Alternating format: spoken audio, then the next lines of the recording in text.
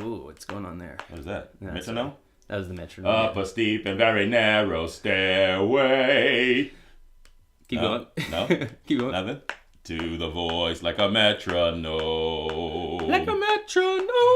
Up a steep and very narrow stairway. It wasn't paradise. It wasn't paradise. It wasn't paradise. But it was home. You're recording this, aren't you? Of course I'm recording. Ow! My baby's in the backseat, reading a magazine. I'm in the front seat, picking up a... Welcome. I got this whole thing Yeah. prepared. You ready here? Yeah, let's do it. Let's do it.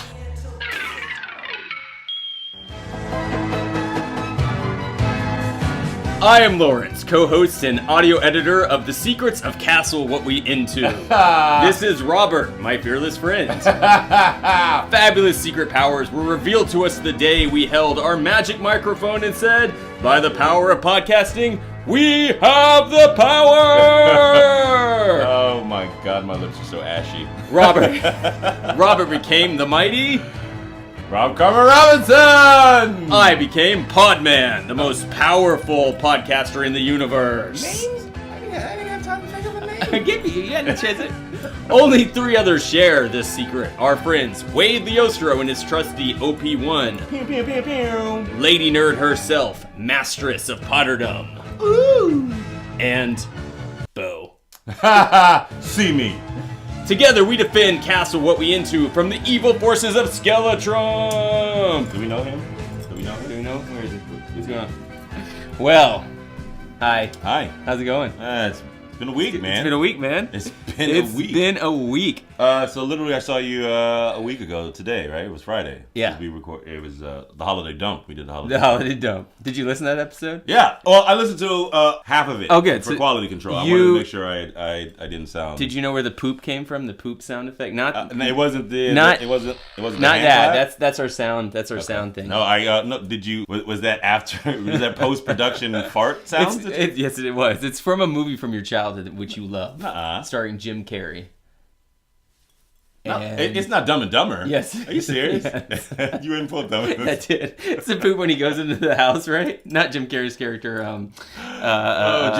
Jeff Daniels. Jeff Daniels. Jeff Daniels. I wanted to say like Christopher Lloyd, but it's not Christopher Hell no, Lloyd. not Christopher Lloyd. Yeah. I get the jitters whenever these things start. I get a little nervous. Oh my god, you can see me. Yeah. Now we're okay. So we're recording this podcast with a camera. Right, this is our first, we're going to attempt to actually make ourselves criminals because this is going to be a bunch of shit that we do normally that we got to do off camera. Oh my god. So if I'm gonna ignore that the whole time. By the way. I mean, so if you see a step out of frame, like if one of these things happens, just notice something illicit and skullduggerous is probably going down. So we have a ton of news. Oh, It was yeah. a has been busy week. Bro, it has been I wanted to start out. I have some joke news too, but it's actually Joke news? It's real shit that's happening. Teens were caught drinking tampon tea to get high Get the fuck out of here, dude. in, I believe, Where? Thailand. Oh no, Indonesia. So teens in Indonesia have taken to boiling used feminine hygiene products to create a tea that they then drink. The chemicals used to sterilize the products and the absorbents in them create a feeling of flying and hallucinations, as described by the teens. I'm going to say... WTF. I'm going to be like, yo, Whoa. we are not into that. No, we are not. We are not. That's exactly the right. editorial we is not into that. Could you think of a grosser? I mean, I mean, yes. There's that. You know, what is it called? There's like, what is it called? There's shitting in a bag and then huffing the shit fumes. right? You leave it in the bag for a while. Yeah, and it you have to- ferment, yeah. like the poo ferments and then you huff. That- That's called something. I don't- is there really a name? It's called something because people have done it. I not anybody that I know, but people. You're right. You're right. I mean, probably one or two motherfuckers. I think I would rather slam my head into a wall and be mean- like, "Wow, that's I'm hallucinating now," versus either one of those. I think I'd rather be tied to a cactus ass first Ooh. and just left. Yeah. I think that would be In the hot sun. Yeah, just in the bake, hot sun. Just bake me with my ass Heat stroke. pin cushioned to a cactus. Oh my god. So yeah. Okay. In other shitting news, we're moving through these quickly because we have a ton of stuff to go through. So there's the official Twitter account for Pottermore, which is a Harry Potter Twitter account. Looking at you, Mary. For national, this is exactly for Lady Nerd One. For National Trivia Day, they put up a Twitter that reads, Hogwarts didn't always have bathrooms. Before adopting Muggle plumbing methods in the 18th century, witches and wizards simply revealed themselves wherever they stood and vanished the evidence. Is this J.K. saying this? Expelliarmus! Is this J.K.? That wasn't her herself, but it was whoever she allowed to be in charge of the Potterdom Twitter account. Because that was National Trivia Day. This actually came across my feed, and it was Oh, such, you saw it. It was such. No, I didn't, because it's such clickbait. I was like, what the F? Yeah, what was the... And then I was like, you know what? No, I'm not getting baited for that one. I was like, there's no way I need to know that. But obviously, we are such of like minds. I knew that it would, like a boomerang, come spinning back to hit me. You're a wizard, Harry. So how old is Hogwarts? Like, is it thousands of years old or hundreds of years old? I mean, I'd imagine if we're talking about magic, it'd have to be 1,000. I mean, that's just standard magic practice. So thousands of years old. That would be my guess. Before the invention of plumbing. Yeah, probably. I mean, yeah. I mean, I think it would have to be, because the way that like humanity has evolved, like motherfuckers used to believe in magic. That was a thing. Like like the sun came up and down because magic. Like they'd have to find a way to explain it. So if you had like the option of like waving your wand and like a magical, Are you gonna ask me like about waving away poop? Yes. Waste? Yeah. I think I would. I would too. I think I would. It's actually way more sanser when you think about it. Like you wave a wand and a magical piece of toilet paper wipes your ass and then disappears. I think it'd be something even more efficient. If it's magic, you'd be like private officiencio or some shit, and then your privates would just get like a instantaneous molecular scrub or something. It'd have to be like a magic word to scrub. You could do that before sex too. Like if you run into a girl at the club and you're like, oh man, I didn't realize I was gonna be at the club tonight. I mean, if you're thinking about this like the magic, if we're thinking about this like magically, like there's probably like no erectile dysfunction in the magic. No, world. you like, no issue. Erecta Thomas. Right. And you're just like, you ready, girl? So Lady Nerd One also got. I can't even finish that. I'm not even gonna. If I knew you were gonna do that, I would have left it. No, I'm not gonna finish that joke. She also got back to us. She says, "Thanks for the nickname, Rob." You're welcome. She says, "I'm glad you caught yourself, Larry, because I was definitely thinking in my head, I can't believe he thinks Hermione is a half-blood." See, remember last episode? I caught it. I was like, nope. I know you. She said, anyways, I almost wish you hadn't, so she would have come and just barbecued you. Here are some Harry Potter half-blood wizards. These are the actual half-blood wizards. So I could have picked pretty much anybody, and I picked the one that was not a half-blood. But Albus Dumbledore's a half-blood. Yep. Voldemort's a half-blood. Yep. Severus Snape. She says, sixth book, The Half-Blood Prince is named after him. Oh, yeah. Minerva McGonagall. Okay. Yep, there you go. Harry Potter. Yep. And she says, looking at this list, it is interesting that some of the most powerful wizards and witches were half-bloods. Just some food for thought. I mean, it's basically what I've been preaching all along, is that mashups are the best. Either of you come up with another clever idea to get us killed. Not good. Brilliant. If you don't mind, if you don't mind, if you don't mind, if you don't mind, if you don't mind, if you don't mind, I think the best. Mashing up everything is awesome. People, music, food. If you mash disparate things together, usually the outcome is something unique and fucking awesome. Yeah, and speaking of mashing things together, this is a segue, by the way. Oh, wow. Yeah, see how that You're goes? getting better. I know. We're gonna, if you mash together Daenerys and Jon Snow from Game of Thrones, which you have no context for because you've not watched. Are they? Well, obviously those two get together at some point. You would right? have still a very white baby. Duh. Like literally, it would be the whitest baby. The reason I bring that up is because there was some Game of Thrones news. Oh, word? Yep. All right. Do your thing. They end up bringing out like a little teaser clip trailer thing. This is about the time. It's April? Is it coming back in April? Is that what it is? Yeah, April 11th. Oh, by the way, April's a crazy busy month. I know. So we have what? We have Avengers Endgame. Yeah. We have Game of Thrones starting. Yeah. Okay. We also have Hellboy. Is that in April? Yeah. Oh, tits. And there's something else too. I think Captain Marvel's like it's a month before. Yeah, a month before. It's a month before. It's was that March? Yeah, It's March. March, yeah. So we had this whole plan of doing like Dragon Month or something. Ooh, yeah. Well, then Reign of Fire. Then Rain of Fire. That's when we'll do Rain of Fire. Bet. But anyway, so in the clip, Daenerys, played by Emilia Clarke, they finally make it to Winterfell with her nephew Jon Snow. Okay. By the way, they're like a love interest. So there's Yeah, well, obviously. incest is like all over this. Wait, are they related? Yeah. Wait, Jon Snow and the Jon Mother Snow Guy- is Daenerys' nephew. Ew. Yeah.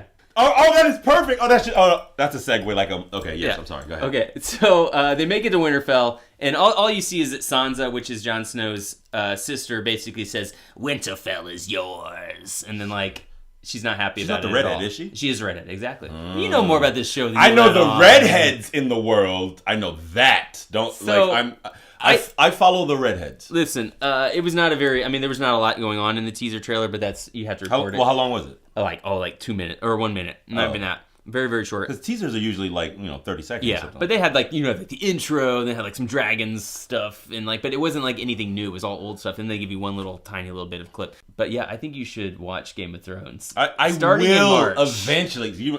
I think starting in March, you should watch so I one should- episode a day, and then and then track catch it. up. Okay, okay. Because honestly, I do think you will get into it. Okay. Even though the stuff you will be able to predict, you'll get Right. into it.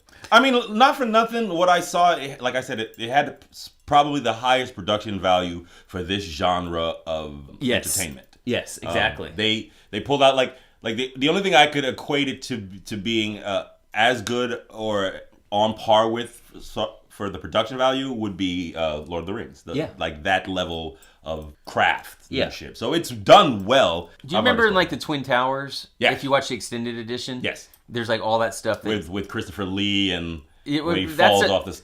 Yeah, exactly. Yeah. But there's also like a huge section that's incredibly boring. That's about the love interest and stuff like that. Oh, you mean the Miranda Otto stuff between her and Vigo? Exactly. I mean, I didn't mind it. He didn't mind I didn't it. mind it. Okay, so that's like a bad episode of Game of Thrones. Oh, word? But then like the good episode is when Christopher Lee, just like you said, falls off the thing and like gets impaled. So I think you're gonna absolutely enjoy Game of Thrones when you get around to doing it. I can't wait to hear what you have to say about it. Okay. What else we got? I mean, I'm okay. no, All yeah, right, keep news. Well, did you hear?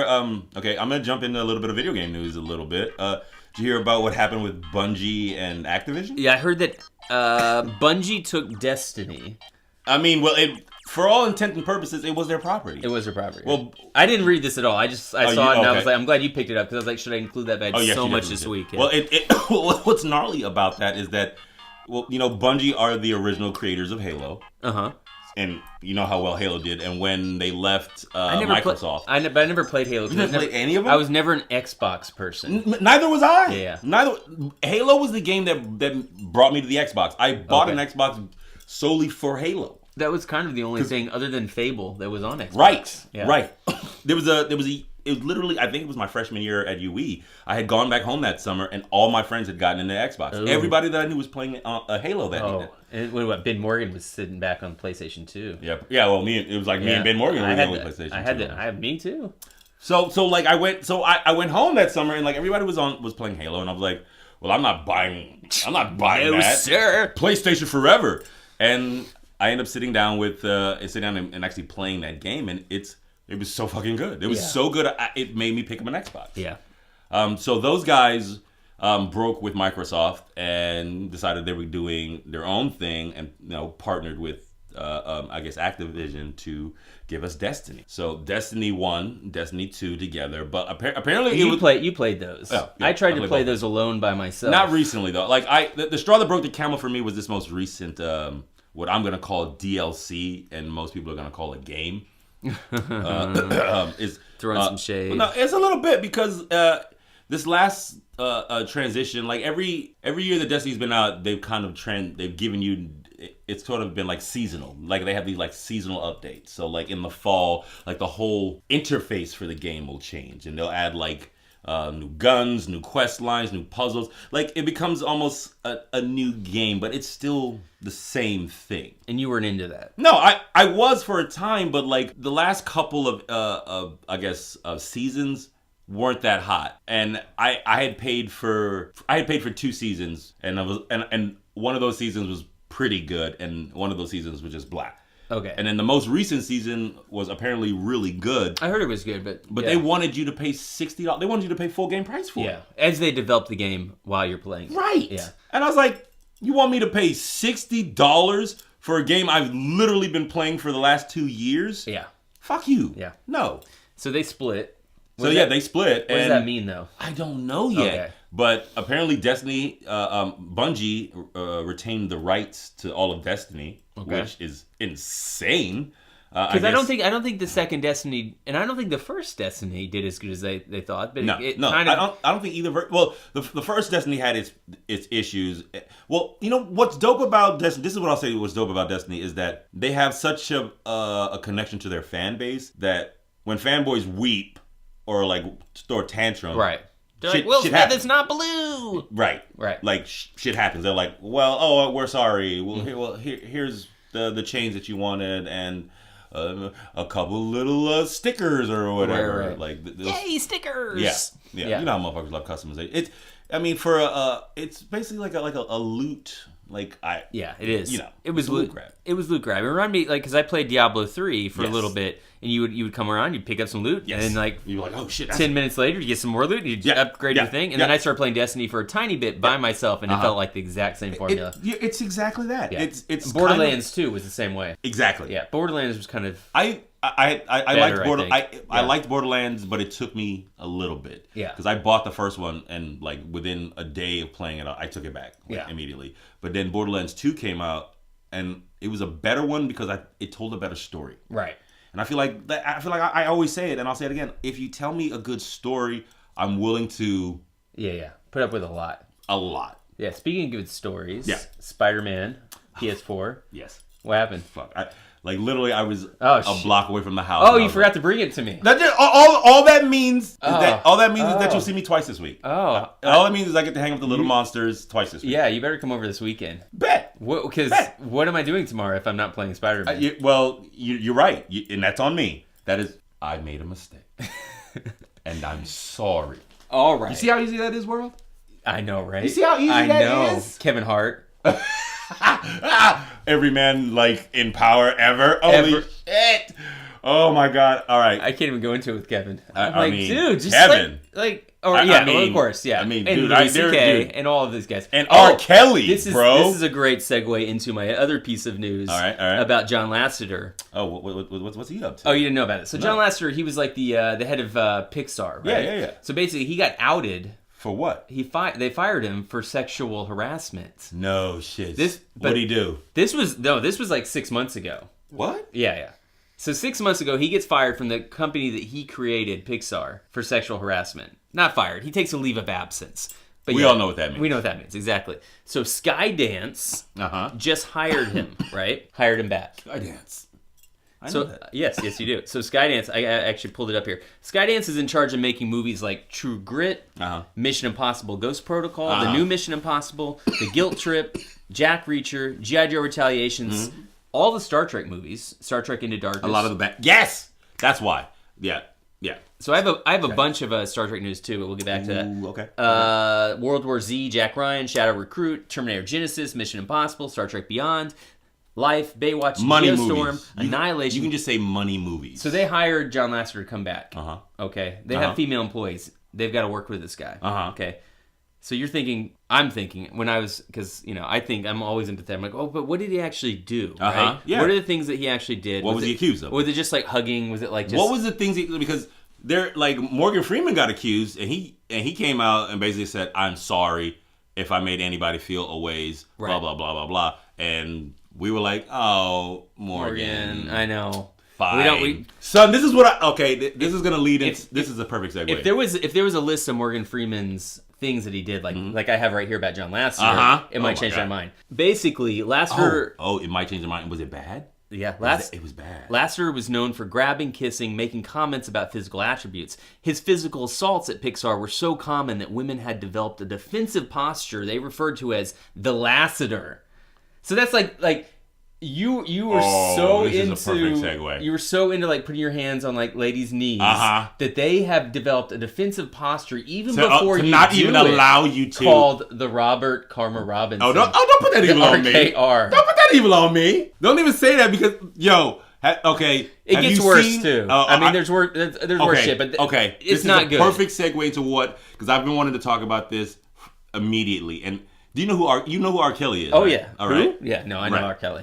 Have you heard what's been happening to him recently? I had heard that somebody came out with a documentary on Lifetime, finally, sort of like really exposing Well, what we've known for years. It's a very comprehensive docuseries of his accusations of what has been alleged. And what they do is they basically find a lot of these survivors. It's called the documentary is called "Surviving R. Kelly," and I watched it this week.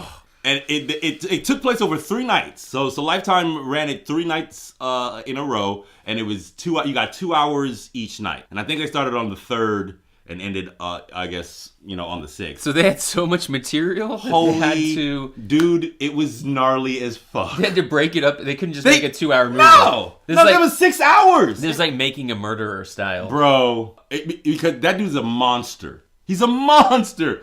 He's a monster. Like a premeditated monster, dude. Like, and we knew. We as a culture were complicit with that shit. And as I was sitting there watching, I was like, this shit would never happen if these were white women.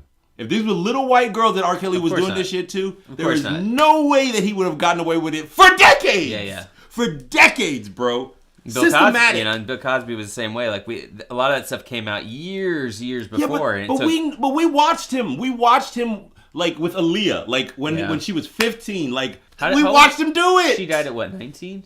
Or I think she died like maybe 21. I think 21? she was like Okay, 21. she was 21.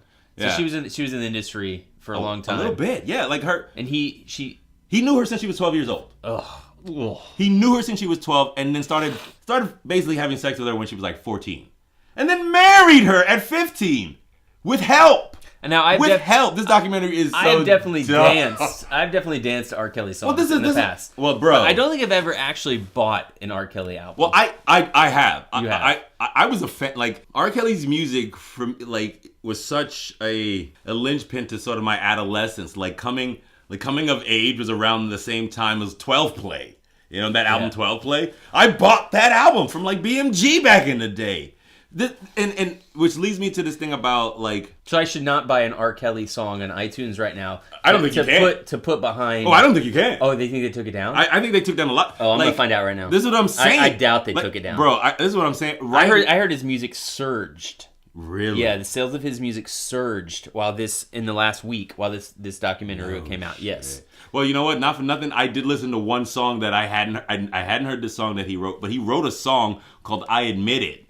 Like I think it came out in like the last 5 months. I admit it. I admit it, and it basically goes through the course of everything he's ever been accused of. And he's like, yeah, look, they're all right here. It's gnarly, bro. You can literally buy all of R. Kelly's songs right now on iTunes. Dude, it's so gnarly. $1.29 each. Like this is one of those things I was gonna wait till the what we into segments of. But this is what you're not into. So I think I'm into the documentary because you should watch the documentary about this guy. Because like I'm saying, we all knew about him. We knew about what kind of person he was, what kind of predator he was, and we as a culture just allowed it. I'm not saying like we as a culture, not society. I guess society, yeah, really, because we let this dude get away with it. We let him off the hook while he was on trial for like the 20 some odd counts of child pornography. He dropped. Like the Chocolate Factory, or like I think it was like the remix to Ignition was a prequel to the album drop The Chocolate Factory, which had like Step in the Name of Love. It was like it made whoever owns his music rights a literal ass ton of money. And that's exactly what's happening right and now. And that's what's up. Everybody, because his music is selling off the a surge in his musical sales. Bro, it's and so basically everybody's like, oh man. Well, this is what sucks, but I could really listen to some R. Kelly right now. This is what I'm saying. Like, can you separate the artist from his art? Because I think this is like. Oh, I have a good segue.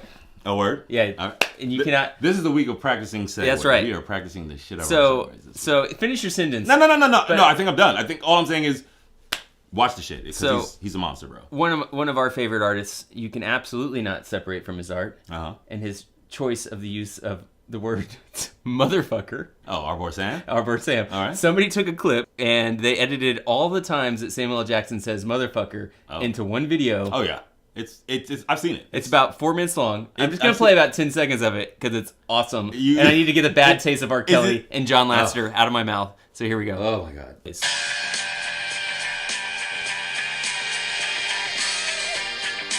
This is from Huffington Post as well. How come you college motherfuckers think y'all run everything?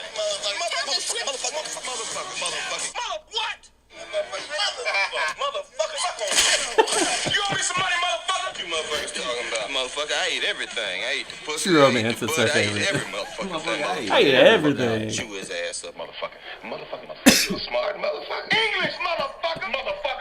Motherfucker. We're not gonna store it, motherfucker. I'm on the motherfucker. Motherfucker. I'm a mushroom cloud. Motherfucker. That's the my best. favorite. That's the best my one. favorite. Honestly, that's the best my one. favorite. Pumpkin pie, but I never know because I wouldn't eat the filthy motherfucker. We're only at Pulp Fiction right now.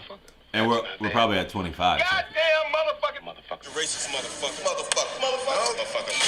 Die Hard with a Vengeance. Just what he got out here. That's right, run, motherfucker. Motherfucker shit don't stink. Mouseketeer looking motherfucker. Sit your motherfucking ass down. That motherfucker. Cause I'm a... Oh, did you ever see this movie, Long Kiss Goodnight? Hell yeah, with Gina Davis? Yeah, Are you yeah, yeah. kidding? Oh man. Dope. Okay, that's a contender right now for maybe what we watch next week because we're gonna have we can't. Oh, you want a throwback week? Yeah, because Have you not seen it? no, of course I've seen it. Yeah, yeah. Okay. Oh, no, I no. love it. I haven't seen it in a while though. Oh, my but basically, So good. Glass comes out on Thursday. Yeah, I was gonna say Yeah, yeah. that's something we gotta go see that. Yes. And that's, I've already read reviews for it. yeah, yeah. It did doesn't not get sound- the best No, reviews. it didn't. And I'll read a partial non-spoiler review right now. Okay.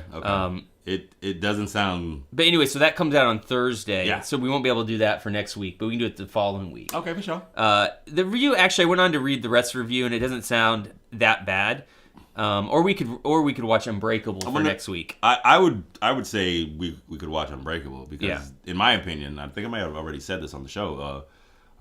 Let's do Unbreakable next week. Word? Because I haven't seen it in probably about 15 years. It's M. Night's best. Yeah, It's I agree. literally his best film. And then that'll set us up. So we're going to do Unbreakable and Night Shyamalan for next week, and then we'll do Glass the following week. But it says, 19 years ago, I saw M. Night Shyamalan's Unbreakable and fell in love. To this day, it's one of my favorite movies of all time. So when I saw Split 4 months before release, and shocking revelation that it took place in the same universe, Yeah. it was one of my most memorable theatrical experiences. I say these things to give context to how painful these next sentences are. I'm a big fan of Unbreakable, as anyone I know, and Glass is a major disappointment. Wow, that's different than the review I read, but it has a lot of the same sort of undertones. Yeah, that was from IO9, Jermaine Lussier. Anyways. Wow. Yeah. I still want to see it in the theater. I want to see it. Yeah. Yeah, Ouch. I want to see it too. Sometimes if I go into Ouch. these things with low expectations, because I do like Unbreakable, but I'm not like a ginormous fan of this stuff though. So What about Split? You saw Split? I saw Split. What And do it you was think? I was satisfied that it was not as bad as I thought it possibly could have been. And isn't that sad? Yes. Isn't that like just the shittiest barometer? It was just a movie. You know what I I mean? mean, I was so surprised by how good it was, though, that like I was like, huh, all right, M, Yeah. okay. I was like, okay, M, Yeah. Yeah. Yeah. I mean, it was his. Gnarly. There's an interview with him in the New York Magazine, which I was going to pull some stuff from, but we just have too much stuff to talk about. Word, but it's word. interesting because it talks about how, long story short, how he made a bunch of movies that were successful. Then he made about 4 movies that were not successful. He had to basically put his house on mortgage in order to get his the money for the movie The Visit, which I did not see. Really? Did you see that? Yes, I did. And so basically, he That made, was the one I booed in the theater. Like, Oh, stood really? up in the The Visit? theater and booed. It was so bad. Oh, wow. And it had Sigourney in it. I think it had a bunch of, like, talent in it. because it was made a ton of bad. money. Ron Howard's daughter was the lead. What's her face? The redhead. Yeah, Bryce Dallas Howard. Ugh. I want to like her so badly, but she's not good in everything Yeah. I've seen. Yeah. I still am Yeah, like, bruh. all right, I'll give you. I will like, give her an infinite you're- amount of shots. Right. I mean, well, pretty people get that. Yeah. If you're pretty, you get shots. Yeah. So tune back next week for Unbreakable, and then the following week for Glass. We'll make it out. Dave Bautista is headed over to the Dune remake, which is by the Awesome. same director who did Awesome. Blade Runner. Honestly, I gotta say, Batista is a much better actor than he is a wrestler. And Stellan I'm lying. He's a really good Skarsgård is also going to be in it. In Dune? In Dune, yeah.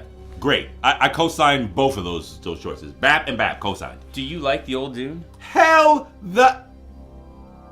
yeah. So, fun fact about me, I've never been able to watch that movie and not fall asleep. He's here. From a little kid on. I've made about 10 It's attempts. like the Kentucky cycle of movies, Yes. though. So You're gonna have to explain that reference because there's no way. Well, actually, man, that's probably true. Most of our audience will probably get Kentucky the people Cycle. who watch us know what the fuck I'm talking about. Yeah.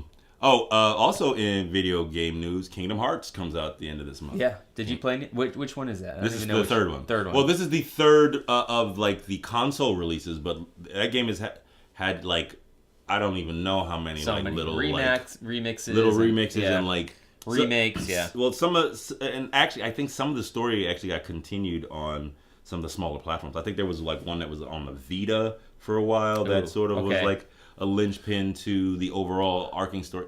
Honestly, like this game has been in the works for so long and is so long overdue. I don't even care. I'm gonna play the shit out of it. First two were so great. Do you know what's not great? 15 years waiting for something that you should have had in development like since the first two were so successful. No. Yes, that, and also Star Trek 4 might not be getting made. Wait, what do you mean? So we had Star Trek, Yeah. the remake, J.J. Abrams. Yeah, right. We had Star Trek Into Darkness. Right. Cumberbatch Yeah. cumbered it up. We had Star Trek Beyond, which yeah. basically took the first two movies and the premise of we're in an alternate reality. I and liked all of them. And we're like, yeah, they were all fine. The fourth one is not probably going to get made. It's probably shelved. Why?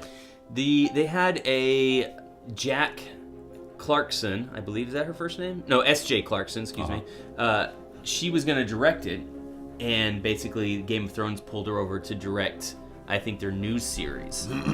They've also had trouble getting Chris Hemsworth back, as well as Chris Pine. Contract negotiation issues. So somebody, I think they probably both wanted more money. Thor was like, you know what, man, I need more money in this. And Chris, I mean, and Chris that Pine Marvel was like, that yeah. Marvel money is And DC. Because Chris Pine's doing the, yeah. Yeah, you're right. So suddenly they've said, we want to renegotiate more money for these. And they've been locked in that kind of thing. That sucks. Yeah, so the whole thing shut down like our government. That sucks. Ooh, way to make it topical. Yeah, actually, I have a segue Way to into... make it topical. There was a video that came up about... See that boy? There was a video that came up about Trump and... I've been on such a news embargo recently. So it's like this old TV show, and it features, this is from 1958, and it features a wall-building con artist named Trump. Wall-building con artist named Trump from a show from 1958. Called what? What was the show? Oh, God, I gotta find it here. Trackdown? An episode of Trackdown, right? Trackdown is the name of the show? Yes.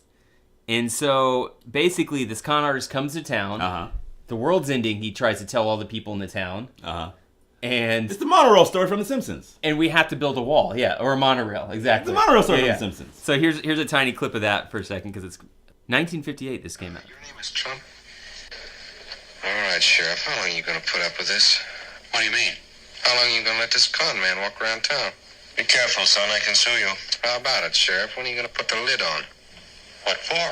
Well, stealing is stealing, whether you do it with a gun or a mouthful of mealy words. I don't intend to sit here and be insulted, Sheriff. If your people don't want my help, I can go elsewhere. Wait a minute, Mr. Trump. You don't talk for the rest of us. Since the sheriff wouldn't stop Trump, Hobie had to find somebody who would. Sheriff... Whoa. Yo. What? Yo. He even brings up suing. Dude, art imitating life or life imitating art. What the? That is some stupid meta shit right there, Do you think bro. we just have so much media out there, so many movies, so many TV shows that like almost any situation you can kind of, if you search enough, you can come back and You know find what? some TV show about it? You know what? I was thinking about this recently.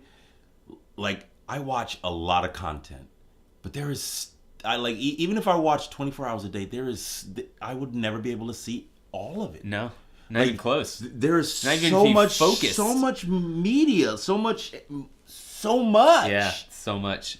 It's an overload, actually. I was thinking about it. It's why Why do we have that? Why do we need that? We need that much distraction. Do we need that much distraction now? When we started the podcast, I kind of put the news aside for a while. Oh, word. Because I was like, I just sort of like got fed up with Trump and fed up with like just Same. news. Same. And Like I said, I'm still on the news embargo. I look at it like once a day and okay, got the generalness of it just to stay informed. Because I sort of felt myself getting addicted to going into and checking these news stories out. Wow. And enjoyed actually coming and finding all of this kind of entertainment news. You know, man. Yeah, same. So Same. I feel almost getting like pulled back into this Trump stuff. Yeah, I feel like I think we should make a pact from here on to leave Trump out of this part of our life. I think that this is the I line agree. in the sand. Except that when you come, this was too good. Oh my god, This was too specific. Okay, that is the exception, but this is the last. This is the This line is in the last sand. one. But if you find any more awesome shit like that, please. I know, right? Exactly. Because that's fucking meta. Ugh. What do you got? CES is going on right now. So what's CS? CES is the Consumer Electronics show. Right. And it's basically where like they show off all like the coolest hardware, like PlayStation and Microsoft show up like. Oh, I saw a video from that. Did you? Yeah, and basically Samsung has these like panel TVs, and they have like they're basically like little sections of TV, and you can put like blocks together on a wall and have little sections of TV. Welcome to the strange, awkward future of gaming, and that's the article that led me into this. VR is struggling. Laptops are back apparently in a big way, and Pong is awesome again. Pong? Pong. Yeah. Like there's a tabletop Pong thing that it's fucking hard. But look at that. That's a gaming laptop. Okay. I don't know if you can see that. Well, you can't see it on the podcast. You But can't see it on the basically, podcast, it's tiny. but, It looks like just a keyboard It's and just basically a a screen. keyboard and probably like a 12-inch, 11-inch That's screen. going to be so exciting for our listeners right now. Right? They're just like, oh, wow, that's amazing. Oh, I see. Yeah, tabletop Pong. Like That looks cool. that looks cool as fuck. But not for my tiny ass New York apartment. Well, Where I I'm just mean, like, it only if plays you- one If game. you get rid of the Christmas tree, bro, I would have I a- think you'd have all the room you need. Like literally, like the corner could it's actually shaped like a rectangle, like a tiny rectangle. It's funny that where that 7-foot fucking tree is, could go right there, dude. It's When we bought this Christmas tree, we set it up and we were sitting on the couch and we were like, man, I just wish we had something to watch. And my wife was like, when's Future Man come out? today. And I was like, Today. January 11th. She was like, wow, that's so far away. And it's here today. And so is still the Christmas tree.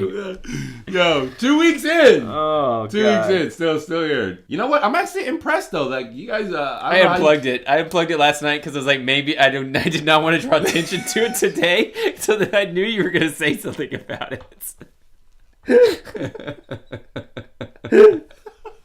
It looks good though. No, you let me finish. That's what I was gonna say. I was like, wow. I mean, it still looks great for it, even though how long you've had it. I think we mean, stopped watering it the day after Christmas. Did you? Yeah, I mean, probably. It's still holding. I mean, There's all these different kinds of Christmas trees that you can buy, and some hold up to heat better, some hold up to sitting in an apartment for way long better. yeah, way longer. Yeah. No, man, that's great. It's great. Yeah, It's so great. there was back to the Star Trek news because I Right. did have a few other things. The Picard show, because Oh, there's the Picard show coming out, right? Yeah. Basically, they said it's going to be set after the events of 2009 Star Trek film, the Chris Pine film. Oh, okay. So it took me a moment to wrap my mind around that. If you remember the beginning of the movie, there's Chris Hemsworth, and he's there, and he's on another ship, which I forget the name of. It's not the Enterprise. Yeah. And he basically is Kirk's dad, and he gets blown up because a Romulan ship comes. Yep. Eric Bana. Yeah. So they're actually from the future. Yes. And they come back to the past. Yes. So the future that they're from, because their planet, Romulus, gets Yes, exploded. That's the timeline. Shortly after that is when the Picard TV show is going to take place. In that timeline. The prime timeline, not the Kelvin alt reality. Okay. Right? Okay. So basically, his life has been radically altered by the dissolution of the Romulan Empire, is what this little news thing says. Yeah. Picard, huh? Yeah, Picard. When should we get that? Oh, that's who knows? I don't know. No clue. Doesn't say. We'll find out. I have been watching a lot of Next Generation. Really? It's been my go-to. Like it's been my. I told you. It's late at night. Uh-huh. I It's can't great. commit to a movie. It's great. So I'm gonna put on some. And it's like Star a little Trek. hour segments. And It's then perfect. I ended up watching like 3 of them. They're really like I recently went back and watched the entire I went back and watched them all of them from the Yeah. beginning. I went and watched the originals with Shatner all the did way. Wow. Yeah, I went back. I went back and watched all of them. And Did you watch them in order? yeah, Wow. yeah. It was pretty gnarly. Like it's pretty gnarly how the entire canon has little like linchpins to each other. Yeah. All of it. Like even that one with Bakula on it had Scott little- Bakula? Yeah, from Quantum Leap. Yeah. That's his name, right, Scott? Yeah. Oh, Enterprise. You're talking about Enterprise. Yeah. Yeah. Enterprise is What did I good. say? No. I just I I thought it didn't. said Enterprise. What did you say? I thought it said Enterprise. It is Enterprise. Well, when I and go back, you on talked to me last week about how much you like the theme song to You're Enterprise. a liar because You we love that. You're a liar because I think me, You have and the musical notes tattooed on your back. and Laurel have all commiserated on Yeah, the it's fact so that bad. is a trash ass intro. And then they remember they changed. Yeah, it they had after- to. They changed it I after think like the fans second- were getting up and like Oh, at it's cons so and being bad. like, "What's with the shitty ass intro?" If you don't know what we're talking about, I'll find it and I'll put a little bit It's of so- it right well, I here. think-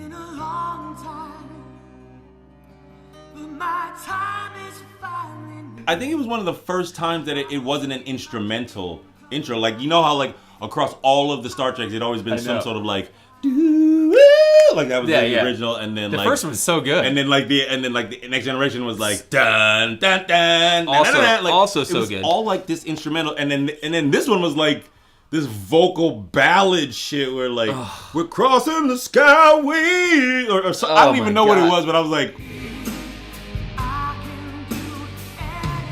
I always had to fast forward after like hearing it the first couple of times. I was like, I'm gonna not watch this show if I have to listen to this intro every time. And the worst part, it was like one of those bad songs that after a while would get in your head. I hated it. And so even though you knew it was bad, you still kind of wanted to hear it a little bit. No, I wanted a 380 to blow my brains out with whenever I heard it. I was And like, remember this how is the so song bad. they replaced it with, which I'll play right here. Gonna change my mind, 'cause I've got faith of the heart. But they, it wasn't even better. It was just as bad. The song they replaced Yeah, it with. I remember. It was anyway. Yeah. It almost deterred me from watching the show. It was so bad. But then the show was pretty good. I didn't kind of hate like it. the Yeah, show. I it had its moments. I thought, you know how like because the episodes are sort of directed and written by different people almost every time. Yes. You could like some episodes were infinitely better than other episodes. I thought Yeah. and directed like there were just some episodes that just stood out above others in the canon of that show. You know what episode I watched recently was the one where Riker, this is on Next Generation, Uh-huh. when Riker, it's like a study abroad program, and Riker goes over to the Klingon ship. Oh, word, yes. That episode is so good. You know what's dope about Star Trek is that like somewhere in like the early stages of that show's development, that dude Riker like wrote and started directing a bunch of those episodes. Oh, really? Yeah, Yeah, Jonathan yeah. Frakes ended up like if you should check like there's a bunch of episodes that are credited to him. He just started Really? directing and like writing some of them maybe not writing, but definitely he directed a bunch of them. It still holds up. Yeah, I it mean, does. the special effects don't, but the Well, stories, oh, yeah. stories are actually Yeah, excellent. You put them on, you're like, I'll Well, pass out to it, but you don't When because they're Whoopi Goldberg engaging. shows up on the show, I was like, word. But her character is so dope. Guinan, she's one of the dopest cinematic. I think she ends up in one of the movies. Oh, spoiler alert, man! Come on. Well, Guinan's in one of the Star Trek movies. If you haven't seen the Star Trek movies that have been around for the last 20 goddamn years, kill yourself. Kill yourselves. See? Hashtag. Adam McKay revealed that he's been talking with Marvel to direct a Silver Surfer movie. What movie? Silver Surfer. My God, sir. Yeah. Get Silver Surfer movie. some- better. That's why I was an actor, because I would like get tongue tied. Well, you know, they got elocution classes for that shit. Is that what it's called? Elocution? Elocution, yeah. Elocution, guys? It's actually good that we didn't record this yet. Mary? Elocution? Elocution. Nerd, Lady Nerd one? I had what was I don't get the reference. Lady Nerd to Mary. Elocution. Well, Because she's like a word nerd? yeah. She's a Harry Potter nerd. Yeah, but I mean, word nerd is... I'm the writer. I'm the word nerd. Well, you didn't know elocution? I know that the word means, yeah. Well, I mean, I just said didn't- it right. I know, but just coming from you, it came up. What coming from me, you son of a bitch. I'm an actor. I'm supposed to know words. Elocution. I didn't know that was a thing though. Elocution Yeah, class. you like. Well, you know what? That's that. Yeah. Well, that'll be later. Yeah. I'll, When you listen to your Remember- voice on yeah. this podcast, do you it's- like it? No, I've never liked my voice. Apparently, on nobody recording. likes their voice on podcasts. Word? Yeah. Apparently, when you listen to your voice, you have to be a maniac to be like, I love my own voice. Well, the sound I don't know. of my voice. Like, I think my voice translates different. Like over the course of it, just do you like, think I'm sexy? I it, think it I'm never. sexy. It never sounds. For me, it doesn't sound like me when I hear myself recording. It sounds like me, but it sounds like I'm trying It so di- hard. It well. You dick. You jerk. One of these days. Oh my gosh. Bang zoom. Where are we at? What was this? Let me look at this piece of news here. Is it news? Is it what I want to talk about? Oh, that's what I'm on right now. Oh, that's awesome. Oh, so you didn't know. I was surprised you hadn't heard about that the Vision and the Scarlet Witch TV show. No. And there's also a Loki TV Yeah, I heard. show. I did hear about that one. And you heard told about- me, but did you hear that Tom Hiddleston is not actually on it? Oh, He's just narrating it. Oh, I didn't hear He's that. just apparently it's gonna be focusing on like a younger version of Loki, and Tom Hiddleston is just sort of like this is just what Okay. I've read recently. It may or may not be true. Okay. but that's what I've heard. Would they do like younger versions of characters in movies? Mm-hmm. Do you prefer them to be a totally different actor, or do you prefer like a de-aged No, version no. of? De-age it. Yeah. No. Sorry. Yeah, the 80s version, right? Yeah, 'Cause give that's me what- the yeah. actor. Give me someone who is younger that looks like he could grow into the person. Right, exactly. Me too. Always. Yeah. Always. Yeah, I mean, so that's why I think that this could give work another, then. give another motherfucker a job is all I'm saying. Exactly. Shit. What, the same dude got to get that money? Fuck And that. every time, like, remember the worst I think was Kurt. One of the worst was Kurt Russell in the new Guardians of the Galaxy 2. Yeah. One, he's a god. Yeah. So when they show him like back in the Yeah. 70s and he's driving And he's around, super young. I and love, he's yeah. super young, And I was like, I'm like, why? like He Kurt- wouldn't be young because No. he's a god. Right. He would look the same or however he wants to look. Right. Unless he wanted to bang a younger Well- looking chick and then he would make himself look younger. Well, not a god, just a really powerful alien. That's true. Okay. Who thinks he's a god? Bang. But has god a- complex. It has a lot of the powers of a god. I mean, he can control a planet. I don't know if God is the right term. Like super entity, sure, because it'd be like Galactus. Galactus isn't a god. He's just a super powerful like alien. Right. Thor's a god. Not even No? Thor. Thor's no, not a god? like you know that what's that term like was it about like science, like even like the most high Elocution. That's not it? well played. Like even the highest like magic, something to do like magic and science aren't that dissimilar. It's just that one Mysticism. not the same thing. I will find the term, but basically We'll that- edit it in post. we'll get it in post. Basically, that magic and science, or like magic is basically science we haven't figured out yet. Yes. Basically, is what the term means. Like plumbing in Harry Right. Potter's. And basically, Back to that because I can't get over Oh, it. Jesus You had the Christ. option of wiping your ass magically, Jesus Christ. and you decided to use toilet paper. Somebody explain it to me. You could cast a spell, and the shit would be off of your asshole what we into magically, at gmail. and I imagine perfectly. Send us your emails. Instead, you decided to use the 3 shells. The 3. I'm gonna bring it all back up. Wow! All the way back to the original. Wow, that's He pretty doesn't good, know how to man. use 3 Yeah, shells. that's pretty good, man. All right. Anything left on news? Oh, I don't know. Well, there was Jack Schaefer. She was the one who's gonna direct and write the pilot for Vision and the Scarlet Witch. It's whatever. Who cares? One of those news that who cares about what news it is. Right. How How about an 8K whoa, that looks amazing. screen? OLED. Oh, it's OLED. It's a roll up. How awesome is that? Okay, so this is back to the CES news. Yeah. And I've been talking about this for a while. That really, like, the day that we either get like a paint that you can paint on your wall and That then just allows like you to attach just- a thing yep. and it becomes your TV. Yep. Or you can like literally roll it up or unroll it. Yep. Yeah. I mean, Yeah. 8K. You see that? Yeah. Guys, Of course they're gonna make 8K. Guys, that's gnarly. Yeah. But I mean, what's the difference between this and just getting a really good projector? Because I mean, if you guys actually painted this section of your wall right here white, you could put a projector on the bookcase and you could shoot that. What do you think that is? Like 90 by whatever that is. You can make it bigger, but can you make have it to have all the huge. lights off, and it's also like that's true. it's a pain in the ass to like then I'd have to run wires all the way to like the sound system, and also the PS4 has to connect to it, and all those different things. Don't get it in my head because then I'll want to do it, and I'll have like a 5-year plan where I like start to like figure out how to do it. My wife is gonna beat you up. She's gonna hate you. Laurel loves me. Second husband. Do you want? What's that? You watched Bandersnatch, right? I did. I watched Bandersnatch. Yeah. Should we jump off into? Unless you got more news. You got more news? I think that's all of it for me.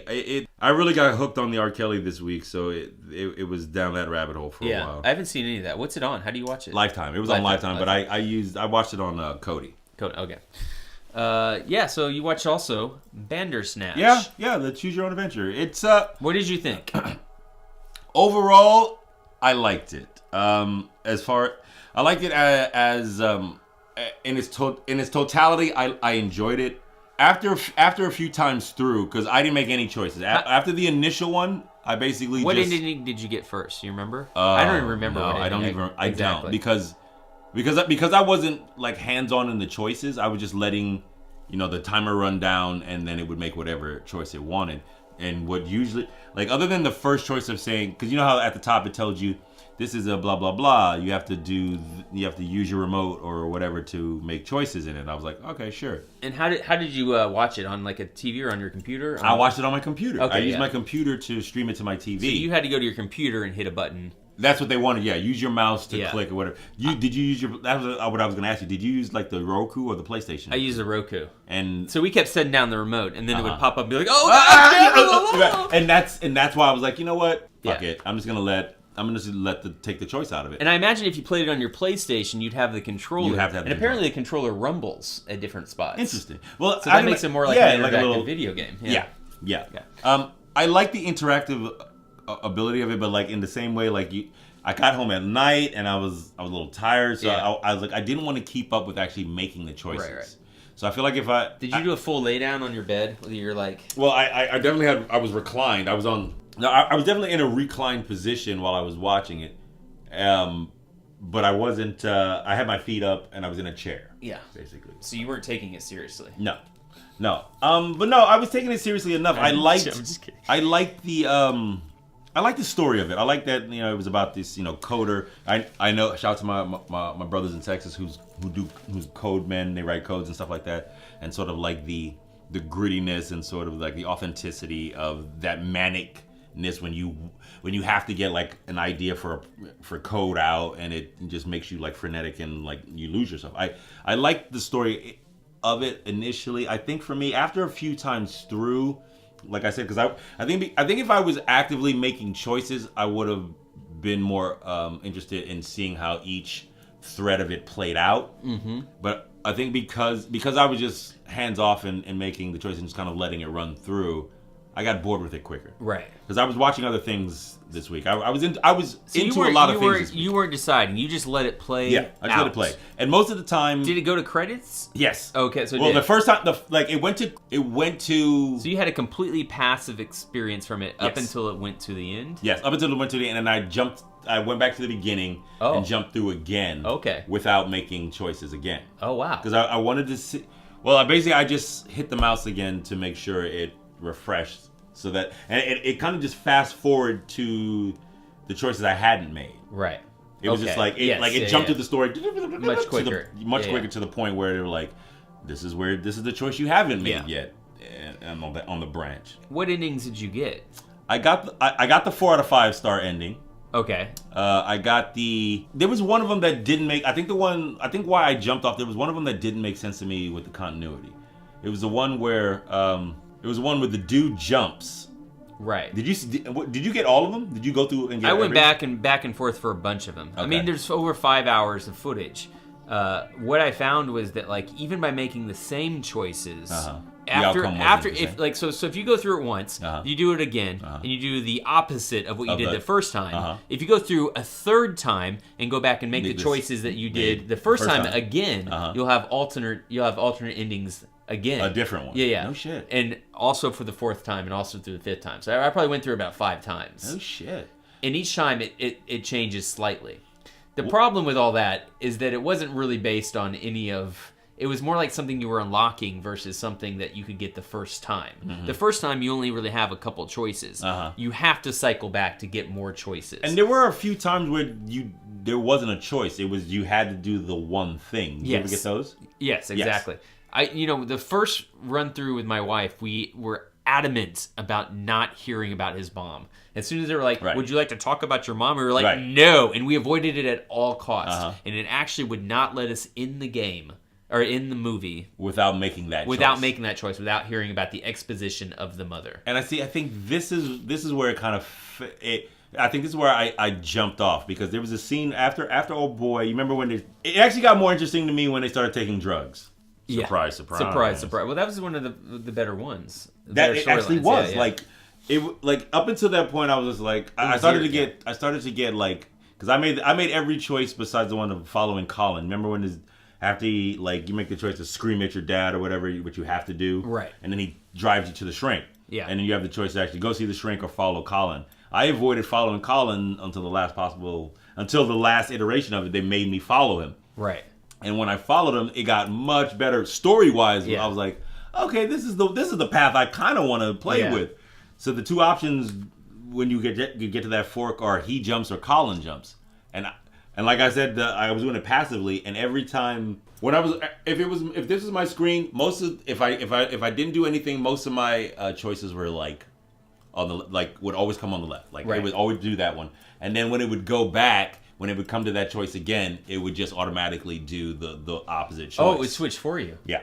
It would automatically do the opposite choice. So by not doing anything, it would automatically cycle through. Yes. Again, I feel like if I had left, I bailed on it. I feel like if I had kept refreshing it and going through, it would have automatically shown me every ending. Interesting. Because there was Did you see the Donnie Darko-esque ending? Donnie Darko. Well, so basically, once you do learn about the mother's backstory, she ends up dying on a train. Yes. And she ends up dying because she's held up because you can't find your rabbit. Yeah. So you end up going through the looking glass. Right. You can go through you the mirror. Literally go through the mirror. And you can go down and find your dad. Safe. And you go through that memory of watching your dad take the bunny. Right. You got that one? Yes, exactly. But then there's one where you can actually get the bunny back and hide it in your past. And so when you wake up, you find the bunny as a little boy. You change the future. And you can go with your mother. You change the past. You can go with your mother on the train.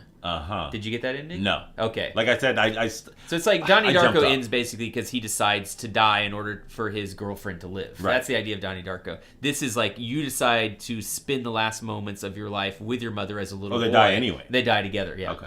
You don't live, yeah. Interesting. So yeah, there's a ton of those little endings. What did you think about it compared to video games? Because video games have been doing this sort of thing for a long time. I think it works. Yeah. I think for me...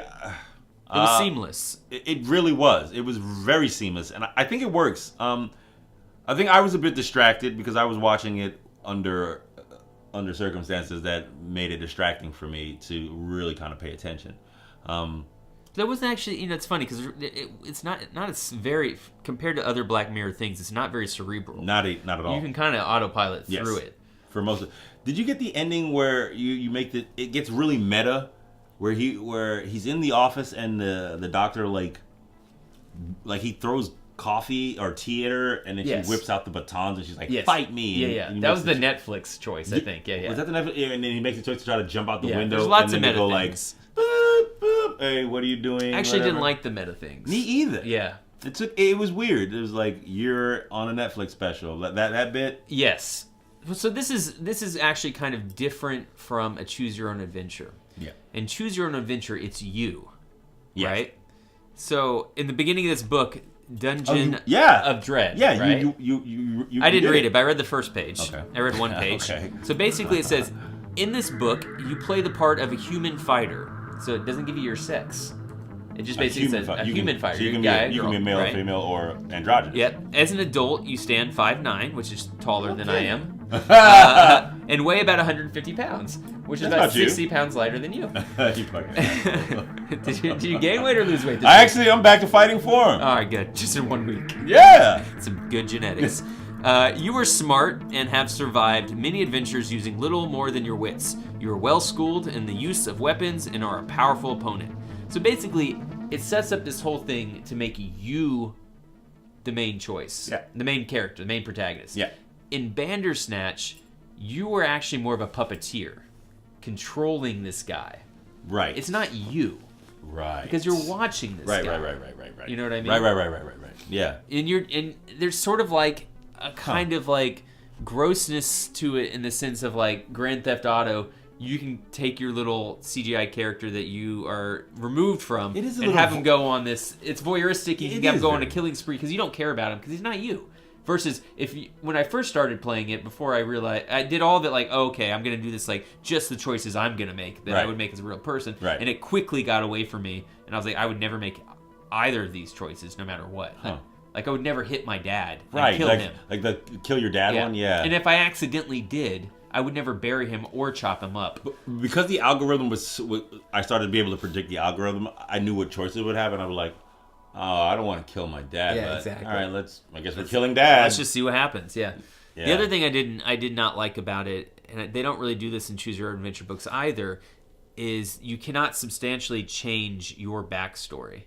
So basically, in Bandersnatch, when you learn about your mother, you can learn that you were like this government test subject, yada yada yada. Really? You didn't get any of that? No. Like I Anyways, you can It change just- literally who the main character is in Okay. relation to the world around him, which on theory sounds interesting, but what it does is it kind of fractures the entire story. Because you can have one direction where you go and you meet your psychiatrist and she's like, wouldn't it be more interesting if we had a big fight right now? You know? Right. And it gets very meta. Uh-huh. You have another ending where you like end up killing your dad because you can't make your game. Right. Then you have another ending where like so it changes the character. I keep saying you, but it's changing the character of whatever his name was. And I would have been see I think that's a point right there that you don't even remember this character's name, and when did you saw it, like maybe a week ago? yeah, and spent probably about 2 hours. And I with literally it. just watched it last night, Yeah, and yeah. I can't remember that guy's name. So So what does that say like about the? I feel like Bandersnatch was. I think as a in its totality, it was successful. But there was something about it that wasn't successful to me because it didn't grab me enough to want to keep going. right. Like there was I was watching. I actually started the Marvelous Miss Maisel, Maisel, yeah. Maisel this week, and Which I want to watch it. I hear it's very good. It's great. Lenny Bruce is in it, It's or somebody great. playing Lenny Bruce. And like I just started watching that, and the episodes of that started to make me. I had watched a couple episodes of that, and I was like, you know what, I got to watch Bandersnatch for the podcast. So I put that away, and I started watching Bandersnatch, and because Bandersnatch, it fell down, and I think it just wasn't compelling enough for me. And I don't know if it had to do with the acting or the way it was shot. That there was some like I said, like some of it was really done well, and like the whole drug thing. There were some shots Yeah. where like Pretty you much see the whole guys- thing is done well. It's just the story content. Yeah, is I not think the good. content is what. So- So story content just To me, like I think what would make it successful is take something like Star Trek: The Next Generation, Yes. where you know the characters Yes. and you know the backstory. Yes. So it's not about like changing them as people as you Right. go through the narrative, Right. left or right or straight or back. Right. It's basically about, okay, should we go to the Enterprise now or should we go to this planet on Vulcan? Should we do all these different Should we investigate things? this anomaly, or Right. should we warp to where we were supposed to be going originally? And give us like broad Multiple- changes right, so right. that it's not just like we Like end up the book, like what he was trying to do with the book. exactly. I think what they were trying to do was kind of on point, but like the actual execution of it just was lacking for me. It didn't like I think because I had to work so hard to get to some of the stuff that I was actually into. I didn't care to work so hard to get the rest of it. A buddy of mine in Texas, one of my brothers in Texas saw it and was like, "Hey, did you see Bandersnatch?" And I was like, "No, not yet." I was like, "How many endings did you get?" And he's like, 10. I was like, 10. I was like, I said that I had heard that the directors had said there were more than 10, at least. Yeah. I mean, like a multiple. He was like, well, there's 5 real endings and then 5 dead ends, and I was like, oh, okay. Yeah. Basically, But yeah. and that's I yeah, think that's what what I said to you last week. I was like, there's about 5 real endings. I don't really count the dead ends as endings because they're kind of just dead ends. You just sort of like either you can Go just back. stop or you can go back. Right. And then there's permutations of all those things. I see. Yeah. So the real question is though, do you want to give it a burp or a fart? Think, Damn, bro. Think carefully. Choose wisely.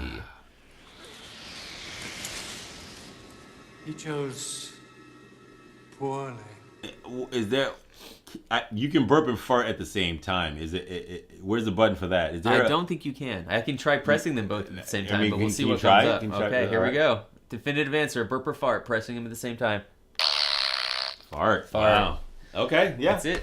Yeah. I mean that's The sound machine has It's spoken. spoken, and that's a legitimate. That's legitimate right there.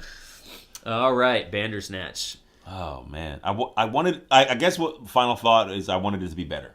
Yeah, I wanted it was like the structures, the setup is there. right. The technology is there. Yeah, it's not unlike Puss in Boots or some of these earlier iterations of it, but I wanted it to be stronger for some reason. Can you imagine sitting in a movie theater and doing this? Yes.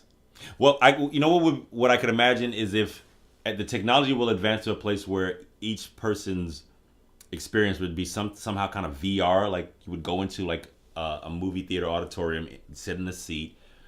You'd have at this point it would be some sort of headset, and you could choose your own adventure while watching the same movie with people. Like it'd all start the same, but each seat location's choices would then give them a different outcome for the movie. Oh, cool. Yeah. And then everybody would the movie would end at the same time. Like you'd have the same amount of time to do it, like the same way they had this like a the counter or whatever. Yeah. You'd have to make a choice with everyone else, but your experience would be tailored to the choice that you made. I think that's cool. That would be a cool. I sort thought of like a voting system, like everybody in theater votes left also or right. Also, But then if pretty you cool. vote right and they all vote left, and that keeps happening. Because also, how do you I know? don't know. I don't think I like that one because Yeah. you have that thing in Red Dead Redemption Online where you can do that. Oh, you can. Okay. There's like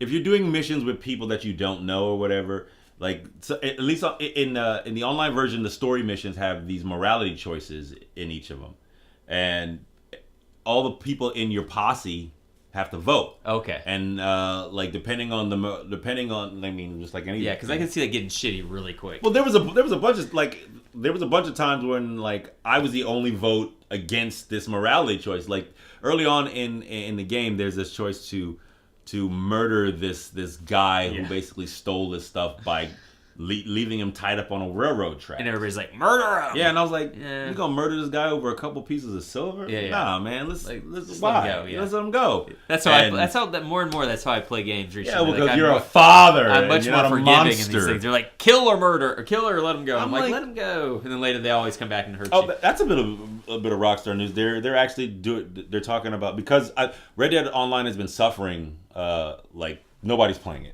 Oh, really? Yeah, it's kind of Interesting. been like the numbers for it have been steadily bottoming out Interesting. over the course of its. Why do you think that is? Because there's just nothing to do online yet. Like in the way that they have such great support and things to do for Grand Theft Auto Online. Yeah.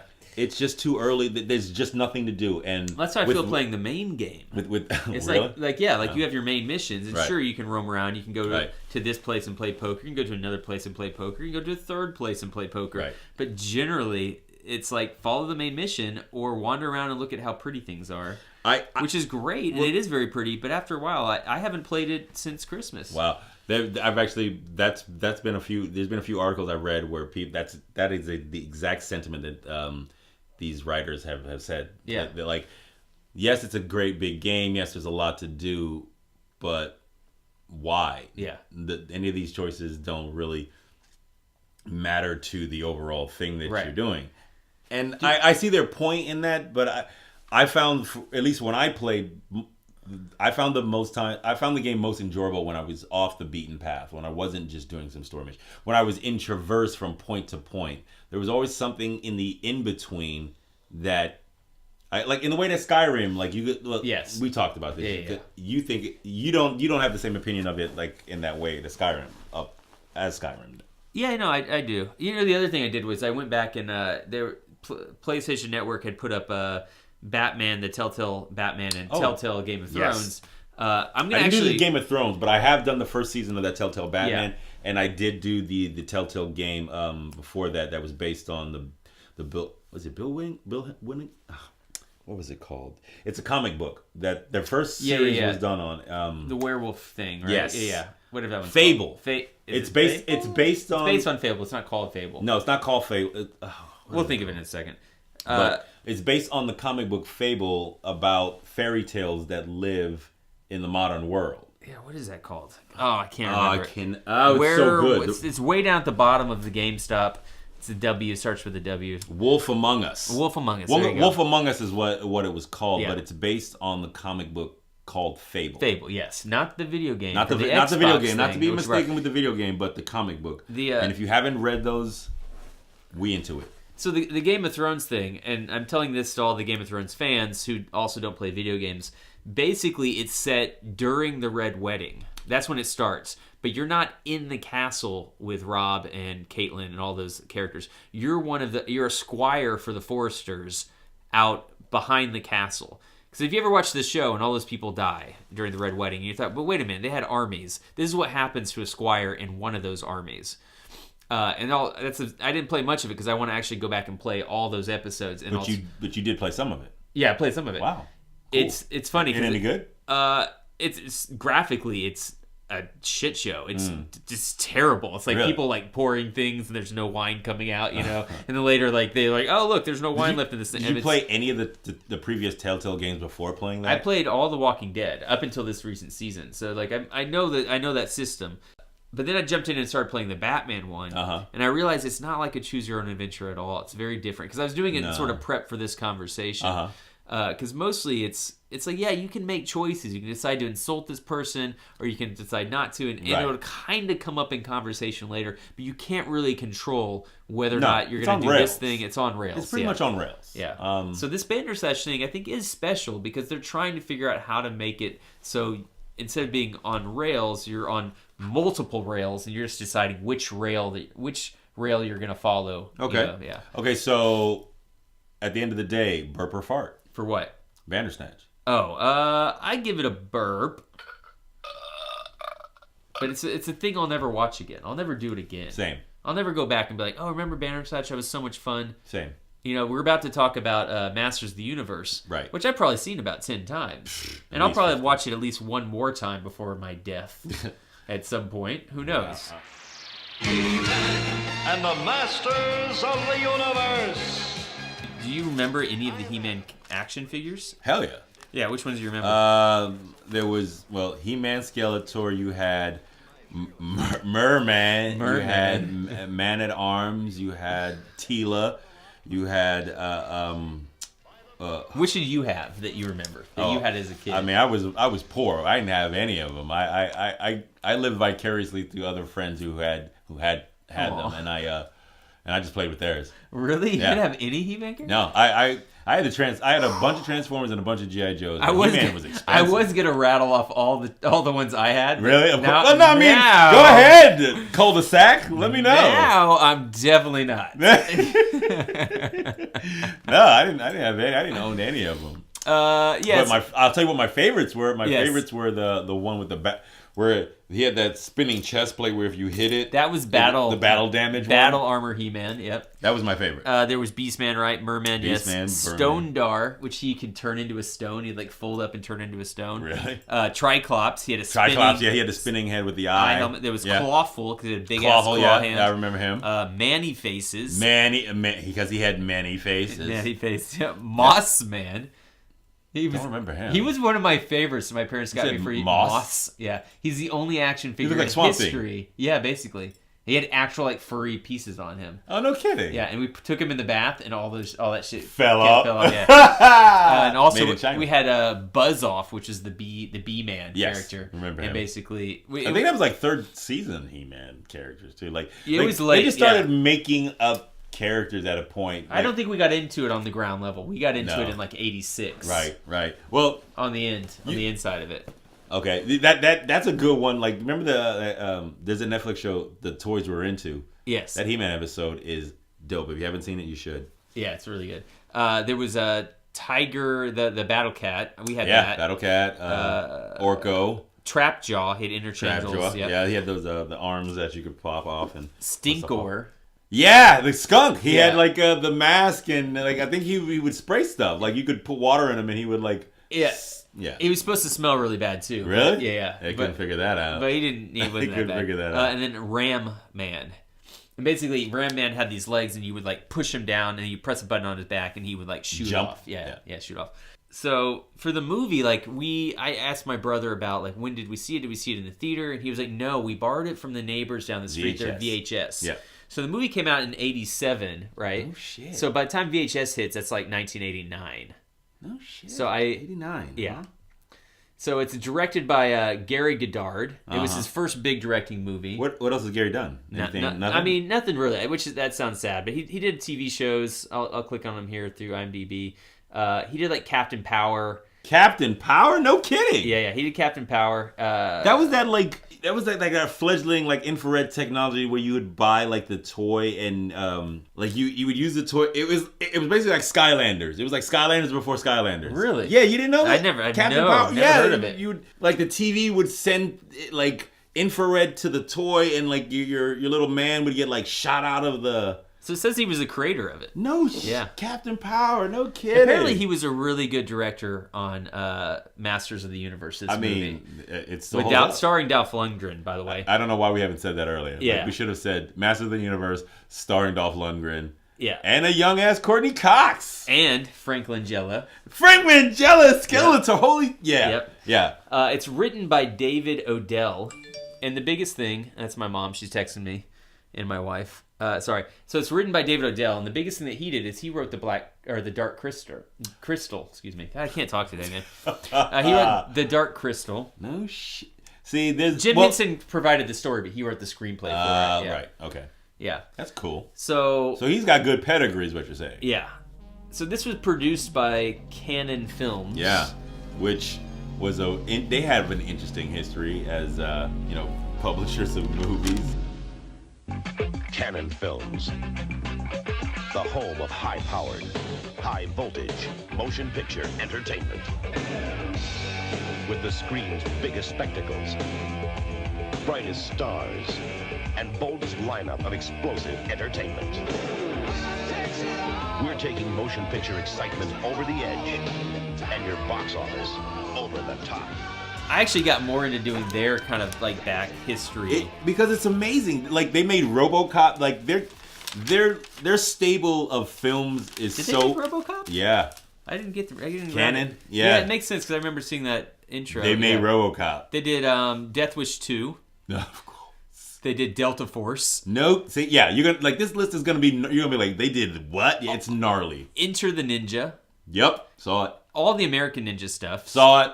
They did Over the Top. Saw it. Did I say that already? Yeah. No, you didn't. That's Sylvester Stallone arm wrestling movie, in case you were wondering. They did Cobra. Awesome. So, Sylvester Stallone movie where he plays a badass cop who wears these stupid silver aviators the whole movie. Saw it. Long story short, Cobra was directed, this is like a sidebar. Cobra was directed by George P. Cosmatos. And he also directed Tombstone. Wait, what? Yeah, Leviathan and Rambo First Blood Part 2. So after, we were going to do an episode on Tombstone versus Wyatt Earp. And I started like doing some Tombstone research. What's come out since the director of Cobra, George P. Cosmatos, has died. He died? Yeah, so he Recently? died, right? And what's come out since then is, what's his face? Wyatt Earp from Tombstone. Oh my God! I can't. You mean Kurt Russell? Kurt Russell, thank you. Oh my God, bro! I know, man. You all right? I'm having a heart attack here. Kurt Russell basically came out and said, "Listen, I directed pretty much all of Tombstone." I believe that. Yeah, like George, like kind of was my assistant, but I'm the one who took over that thing. I believe that, including like cutting lots of my parts so that I could fit in all these other characters to make the movie good. Because when we watch the movie, it's not really Wyatt Earp's movie. No, it's not. Doc Holliday is. It's Doc Holliday's movie. Yeah, exactly. So, anyways, and apparently that's the same thing with Cobra. Sylvester Stallone pretty much directed Cobra, I could see and that, George too. was kind of like in the back seat. I could see that too. I believe both those cats. I believe both those cats. Cannon also in the 80s, in 1986, did the Robotech movie. Robotech. Yeah. Is that the anime? Yeah, the anime. And so it was No one of kidding. it was one of the early animes that came to the United States. Cannon did those? Yeah, Cannon did that one movie. And the guy who was the director of like overseeing, But not the series. They just did the movie. just did the one movie. The guy who was overseeing that process was so upset because they took a whole bunch of these, another Japanese movie, and they put it in to add more action sequence to the Japanese version of Robotech. So the movie's like a shit show. So Really? yeah, so that guy Carl Masick, he leaves Canon. He's like, I'm done, I'm out, and he goes and he co-founds Streamline. Right now, you know Streamline because Streamline basically put out Akira. They put out the Lupin movies, Fist of the North Star, Crying Freeman, Wicked outta City. here. They also put out Totoro. Seen all of them. Yeah, so they were the company that put out the early Miyazaki So after movies. after he left Canon, he went and founded this other one. Yes, Streamline. Yeah. No, dude, that is gnarly. So Canon Film starts in like 1967. Okay, so there was this documentary that they made about the guys who founded Canon, Yes. and like the whole. Was that on Netflix? I think it was on Netflix for like a hot sec. I didn't like, realize until today. Otherwise, I would have watched it for this research. It was not like so. These dudes, yeah, it was on Netflix. Yeah. So the guys who like founded Canon or whatever, who made Master of the Universe, they were like these like con artists in this way. Yeah. They would like get Sort people, of. yeah, sort of, because they would always deliver on the product, but they were basically like Ponzi scheming, making movies. They would like get dudes to like give them money to make movies that they had already scheduled to make, and then sort of like pay them back with the money from another movie that wasn't. It was like this weird. They were hype men, and so what they would do is when they wanted to make like Superman 4, right? So Superman 4, and which is a shit show, The Quest for Peace. It's awful. They made that one yet? Yeah. Okay, so that movie they were making at the same time that they were making He-Man Masters of the Universe. Right. Okay, so what they would do is they would go and they'd say, okay, we're making Superman 4, and they would make a poster of it, a really good poster. Right. Way before production even They'd sell the starts. poster and get the money to make the movie. Yeah, exactly. So they would hype up their own products. They were gangster. And I did this with theater too. I would say I'd have a play. We'd do like a play reading. People would come to the play reading, and then basically, if they liked the play, later we'd like put up a little poster or a postcard or some sort, and then we would try to get them to give us money to produce the production of the play. I mean, but they made so many movies on this system, like in a time when, like it was kind of unheard of. Like they made good movies too. They did like John Cassavetes' Love Streams, so they did like these little art house indie movies That's true. as well. Yeah. They did a movie called Joe, which stars Peter Boyle, and it was directed by John G. Avildsen, who did the first Rocky. We've talked about him during our Creed episode. Right. The script was written by Norman Wexler, who wrote Serpico, Mandingo, Staying Alive, Raw Deal, and Saturday Night Fever. They made a lot of movies that sort of spoke to my childhood. Is what I'll say. Joe is a crazy movie. Don't know that one. So Joe, it's basically Peter Boyle, right? And so he's got a daughter that gets addicted to like heroin, and so he puts her into rehab. He goes and he finds the drug dealer and like ends up somehow killing this hippie drug dealer. This is 1968. Steals the drugs, so it's very true romance. Comes back to the house, but he's kind of like messed up about it. He ends up making friends with this kind of like guy in a bar, and they go on this like shooting spree that blowing away these like hippies. I actually have not seen the end of it. I started watching it in prep for this, and it's kind of awesome and terrifying and very kind of like pro-gun, and like it's just a very bizarre movie. At some point, I want you to watch it. Hey Joe, where you going with that gun in your hand? That's exactly. The song was written off of that movie, based No off that movie. shit. Yes, exactly. Which I never knew. So Hendrix wrote that song for the movie? I believe so. I could be wrong, but I believe that he actually wrote it in response to that movie. That movie was 1968. Wow. Anyways, He-Man, bro. Masters of the Universe. But that was that time period for Canon Films was before the Golan and Globus. Those were the two Israeli cousins that took over. And then their whole thing was, we'll make a bunch of B movies and we'll make one or two prestige projects, and they were successful with that. Yeah. They did it for a long time. In 1986, a year before Masters of the Universe, they won an Oscar for Best Foreign Film. For what? The Assault, which I've never seen. I never even heard of. So a year before Masters of the Universe comes out, they These win guys this got an Oscar? Yeah. The other thing that they did at that time was they bought a whole cinema complex a brand in the Netherlands. So they were always like extending themselves out, and giving all of they were this money. always overextending. Yeah, overextending themselves like the. They were hustlers. They yeah. were definitely hustlers, and like I said, they made a lot of movies that they may not have been like great pictures, but I remember them and I've watched them like tons of times. So if you watch Master of the Universe being one. And if you watch like the Toys That Made Us, they talk about the He-Man line. They were selling 400 million He-Man dolls in 1986. Imagine. And then in 1987, they dropped down to 7 million. Like off a precipice. 1987 was the year that the He-Man movie came out. So suddenly, Canon doesn't have enough money for this He-Man movie. They don't have enough money for the Superman movie. Nope. Okay. That's why that Superman movie was so bad. So they basically take Superman's budget and they split it in half. They give half to Master of the Universe and half to Superman, right? Sidebar real quick. If you go back and you watch the creation of He-Man through the Power of Grayskull, they talk about how they were taking so many ads out of DC Comics that DC decided to write them their own comic. Yeah, they did get a He-Man comic out of that. Do you remember what the first He-Man comic was? No. First He-Man comic is He-Man versus Superman. Nuh-uh. Weird, right?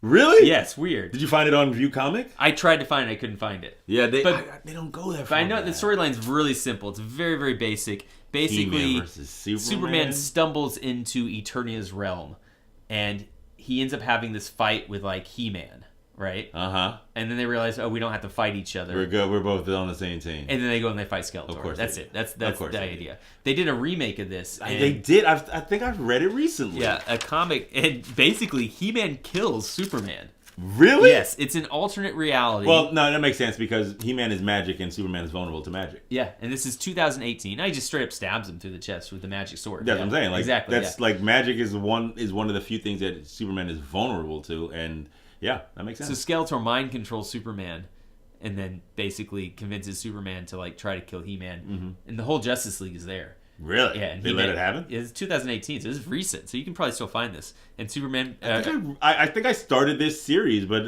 I tried to find this on View Comics, and I couldn't find it. You couldn't find it? Yeah. He-Man versus Superman? I found one little page on like some little thing, and basically He-Man straight up stabs Superman. Superman dies, and Batman like in full like turn to like the audience is like, "What have you done?" Even though He-Man was evil that time, whatever. Oh, mercy. So at the same time that they're making Masters of the Universe, they're also making Superman Quest for Peace. They had two other properties that they owned at the time. They owned Captain America. Really? Yeah, they own the rights, Captain America, and they own the rights to Spider-Man. Did you ever see that? They made a Captain America movie back in the day. Did you ever see theirs. That was their movie. That was 1992. It was bad, bro. I'll get to that in just 1 second. So basically what happens is they're saying, okay, these two Israeli cousins like, yo, so if Master of the Universe takes off, and Superman will definitely take off because it's a Superman movie, and meanwhile they cut the budget in half. When those two movies take off, we'll take the profits from that and we'll make a Spider-Man movie. Right? I mean, they dreamed big, dude. They dreamed big. But both those movies bomb. They made a Spider-Man movie too? No. They couldn't have. They spent millions of dollars on sets and costumes, right? For Spider-Man? For Spider-Man. And never made the movie. Yeah. And for Masters of the Universe 2.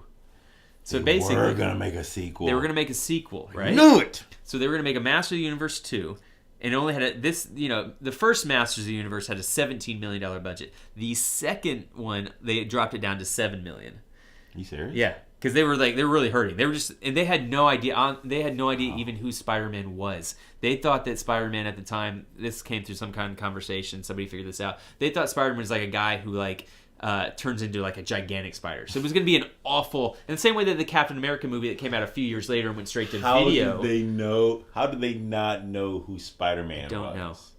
So what I'm trying to say, the whole point is that if Masters of the Universe had not bombed, if it had actually made money, if it had been a year earlier, in 1986, when They'd they still be sold open. $400 million, one, they would still be open. Two, they would have made a Spider-Man movie, okay? And it would have been terrible. I doubt it would have been great.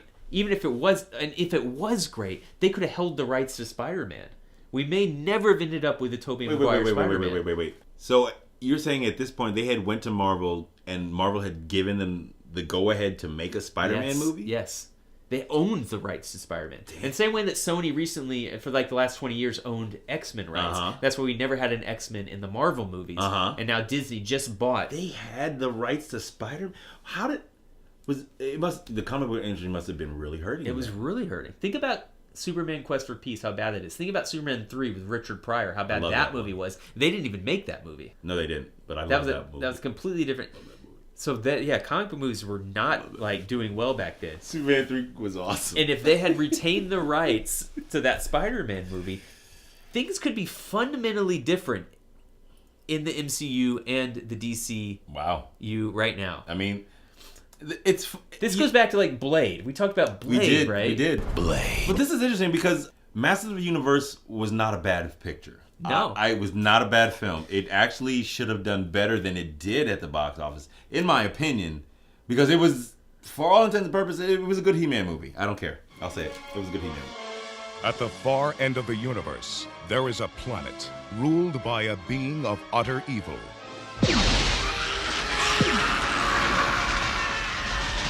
And there is only one man who dares challenge him. They are locked in a battle to the death. A battle that will take them. Give us a brief synopsis. Brief. Okay. So basically, if you don't know He-Man, Castle Grayskull is the source of his power. It's where it basically, in the cartoons at least, it's what allows He-Man to be He-Man. In the movie, Skeletor's forces are assaulting the castle of Grayskull, and He-Man and a few of his allies have to... Teela, Man of Arms. Basically. Yeah. Are those their names? Yeah. Okay. Yeah. And they don't call him Man at Arms. And they run into Gwildor. Gwildor is basically Orko from the cartoon. Yeah. And he's played by Billy Buckley. He's not the guy who's Willow. He's not Willow. He's not Willow himself, no, but he is the old man. Billy Barty, excuse me. He's the old man who's like the sorcerer who's like that he goes guy. to. He's like, follow the bird, right? And the bird right. It's going back to the village, and it poops on it. Yeah. The other ignore the bird. The other follow your hearts or whatever. In Hollywood at the time, who could do that. So basically, Skeletor is assaulting the Castle Grayskull and captures the sorceress, who is ostensibly the protector of Castle Grayskull's power. So in the course of that happening, He-Man and Teela and Man-at-Arms use a cosmic key, basically. Yeah. Basically, it's a musical instrument that Gwildor has created that allows them. It's a synth. It's a synth musical instrument. Because it's the 80s and it's awesome. That allows them to basically, it opens doorways into other dimensions. Yeah. Or parts of the universe. And that's how they escape. Then they escape to Earth. Skeletor, needing basically He-Man to bring him back to the castle, comes to Earth to get the key. Wait, no, it's something about the keys. So he needs both of these keys to do something. No, so Gwildor, he makes these keys. He makes a cosmic key. Skeletor, two of them. He makes two of them, but Skeletor gets one of them. But doesn't realize there's two. And he needs the other one because that's... He uses the key to get into Grayskull in the beginning. Right. He-Man just randomly runs into Gwildor and saves him from being captured. Because, Gwildor created the key and Skeletor was like, I can't have you creating any more keys for He-Man and his ilk, so I gotta kill you. Then He-Man shows up, saves Gwildor, uses Gwildor's key to escape Skeletor, and then it's a whole little romp on they end up like escaping to Earth. Okay? And... This, if you watch this, do you remember the Super Mario Brothers movie? Hell yeah, with John Leguizamo and Bob Hoskins? Yes. It's so bad. And I actually like that movie the same way I like this movie. Me too! Yeah. I know it's so bad, but it's actually kind of good. When I saw Super Mario's in the theater, and I remember seeing that with in the theater? Yeah, I'm pretty sure I saw it with my brother in the theater. Wow. I definitely saw it in the theater. I think my brother was with me. I remember coming out and being like, that was okay. And then, Yeah. and later everyone's like, this is the worst movie of all time. Exactly. Everyone was like, that was shit. I'm like, And "What's little so like, bad?" little like 8-year-old me is like, It wasn't so bad. It's I mean, okay. it was bad, but it wasn't so bad. No, guys, come on, chill. Dennis Hopper as Koopa? But it had this theme of like the 80s movies where they would take these fictional properties that were never set on Earth and find a way to make it to shoehorn Earth. them into Earth. Yeah. And Star Trek 4 did the same thing, remember, with the whales. We had to go back in time. Oh my god. Remember with the that? whales, yeah. Because the whales are the only thing that can talk to the aliens that are destroying the world. Yes. Jesus Christ. I loved it. It was great. I liked that movie as a kid too. If you can think of any other movies that take fictional properties not set on Earth that somehow in the movie adaptation set them on Earth, Yeah. send us an email to whatweintoo@gmail.com Yeah, I would love because I'm obsessed with it now. I bet you there's a bunch. I Yeah. bet you there's a ton. Yeah, there's got to be some. So anyways, they get to Earth and and they're stuck on. Oh right, they're stuck on Earth because the key disappears. Like because they all land on Earth and this. Courtney Cox finds it. Yeah, Courtney Cox. Her boy. They find it in the park, and her boyfriend thinks it's some sort of musical instrument. And he tries to use it for his like Battle of the Bands or something at the high school. That's Robert Duncan McNeil, who I think ends up being Tom Parrish on Voyager. Yes, I was gonna say. I'm glad you know it. Yeah. Yeah, boy. It goes all the way back to Star Trek. Yeah. He's also Next Generation for one episode. Yes, that's right. That's right. Nicholas Locarno. Dude, all of them make little like cameos on the show before they actually start working on the show. So you know the guy who plays Tuvok did the same thing. Yeah. You know who in my headcanon he is though? Who? Did you ever watch Parks and Rec? Yeah. And he plays basically what's his face's character? Oh God, what is happening with my brain today? Jesus Christ. Who's Chris Pratt's character? He's basically Chris Pratt's character as he grows up and he goes to Parks and Rec and he becomes like the musician. And becomes Andy? Yeah, Andy. Yeah. Really? Yeah, that's in my mind. Fail. Pew, pew, pew, pew. Sound effects. Mouse rat. Anyways, So then Skeletor sends his forces after He-Man to get this key to Earth. Yeah. So they basically have like this battle on Earth for this key. Somehow or other, like Courtney Cox gets injured and Skeletor uses his staff and like she gets poisoned. By the way, that leg wound, her wound, is gnarly. Really? I mean, I didn't remember it being that gross as a kid, but I was watching it the other day and I was like, holy crap. It was bad? That's really bad. Yeah, it's really scary. Yeah. So they need to go back to Eternia to save her. Somehow Skeletor has collected the key. So then Gwildor builds a makeshift key using like an Earth like synth keyboard and some other stuff, and they go back to Eternia and they have this epic like final battle in the Castle of Grayskull. Is it epic? It kind of is. Well, you know what happens? He-Man gets captured. Like that was one of the he things. gets captured. He gets whipped. Remember that cool like red whip? So yeah, he basically gets captured and humiliated for a while, and then Man-at-Arms and Teela and Tom Parrish show up and turn the tide, and they have His this name's Kevin. And then Kevin Corrigan. In my head canon, he is Tom Parrish, and he's a second officer and a helmsman, a damn good helmsman. Who grows up to be Andy from Parks and Recreations. Jesus. Yo, fucking awesome. And then he fights Frank Langella. Oh my god, that epic! Frank Langella, by the way, loved playing Skeletor. He was so good. He loved it. He has this the last monologue he has before like him and Dolph have their final battle is amazing. Like Dolph is saying something, and Frank's like, "Yes, yes, let this be our final battle," and they clash things, and there's a giant special effect where like the power radiates off their clanging sword. It's awesome. Dolph Lundgren as He-Man, Frank Langella as Skeletor. Only they have the powers to be Masters of the Universe. This is another connection back to Star Trek. They reused Skeletor's mask in Star Trek: The Next Generation. Do right here. They do. To fight when Worf fights these skeleton guys. Yes. They reuse the actual prosthetic mask. Are you serious? Can I see a picture? Yeah. You have to. I definitely remember looking at that mask and being like, that looks awful lot like Skeletor. Google skeletons. Yes. and Worf. Yeah, and you will It's- see it's from Worf's training There it program is. from the holodeck. Yep, and it's Skeletor. Wow, So crazy. That's You know, I was not that excited to go into do all the history of this movie, dude. It's the And history. Is as so I started dope. going into it, I realized, oh my god, it's so dope. It's like this butterfly effect. Like if you think about it like this, in an alternate version of Earth, they did make that Spider-Man movie. There Yes. is in a parallel dimension, everything that didn't happen in this universe happened in that one, and there is a shitty version of Spider-Man floating out there. Speaking of parallel dimensions, when they first go back to Earth, they end up at a place called Rodney's Ribs and Chicken. Robbie's Ribs and Chicken, okay? So where that was filmed is the exact location, the parking lot is the exact location of the Rodney King beating. Like, no joke. Fuck you. That's I not true. swear it is. Are you I serious? could not even make that up. Yes, you can. That is an urban you myth, Can, no, bro. you That can is- 100% Google it. The guy, the production You designer, serious? whoever. Yeah, it's exactly that location. Art imitating life.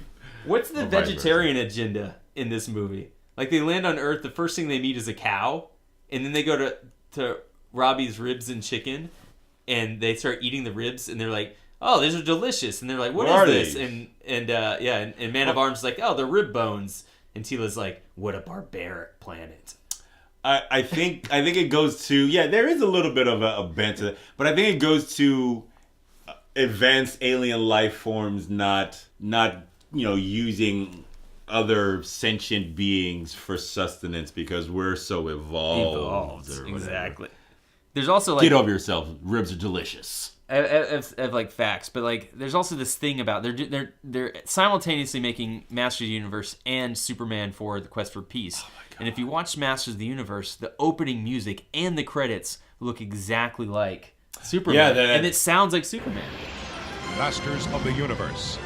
Live the adventure. Gotta save money, bro. You gotta trim the fat somewhere, Yeah. man. Just make that one blue or make that one orange. Exactly, but it's all like rainbow. Instead of being like, instead of like the Superman thing, it's like rainbow. Bill Conti, he did the soundtrack. Yeah. He also did the soundtrack for Rocky. Yep. Going back to Rocky. Yep, back yep, to John G. Avildsen. It was also incestuous. It really is. It was man. so incestuous. But I mean, it makes sense. Like if you work with some cats and you have a good time and y'all make money, like it's the same way Ben Stiller and those cats got down in the the 90s when they were making all those movies together. Your boy, what's his name? Adam Sandler, and Rob, like all them. But those are all Happy Madison productions. That's what I mean. Yeah. But if you get, I'm talking about the cross. The cross, yeah. It's 6 degrees of separation. It really, and the more that we do these, and the more that I start doing these research, it's like everybody was connected to everything. Yeah, that's cool. That's That's cool. cool. With a Right? question mark? Yeah, that's Cool. That's what I'm like- asking. Yeah. Is cool. Is it? Well, that's going back to the John Lasseter thing. I'm like, Skydance, you did not have to hire John Lasseter. You could just hire another person. You could have hired any. John other Lasseter's person. a millionaire. He doesn't need. He'd be fine. You know what would have been dope if you hire, a woman person of color. Right. Anybody. They should other than fire an old him white now guy. and hire a woman person of color. Yeah. A woman Yeah. person of color. Person of color woman. We're so good at this. Jesus Christ. Oh man. You're the word guy. Do you remember the ending of the movie? Yes. The post credit ending.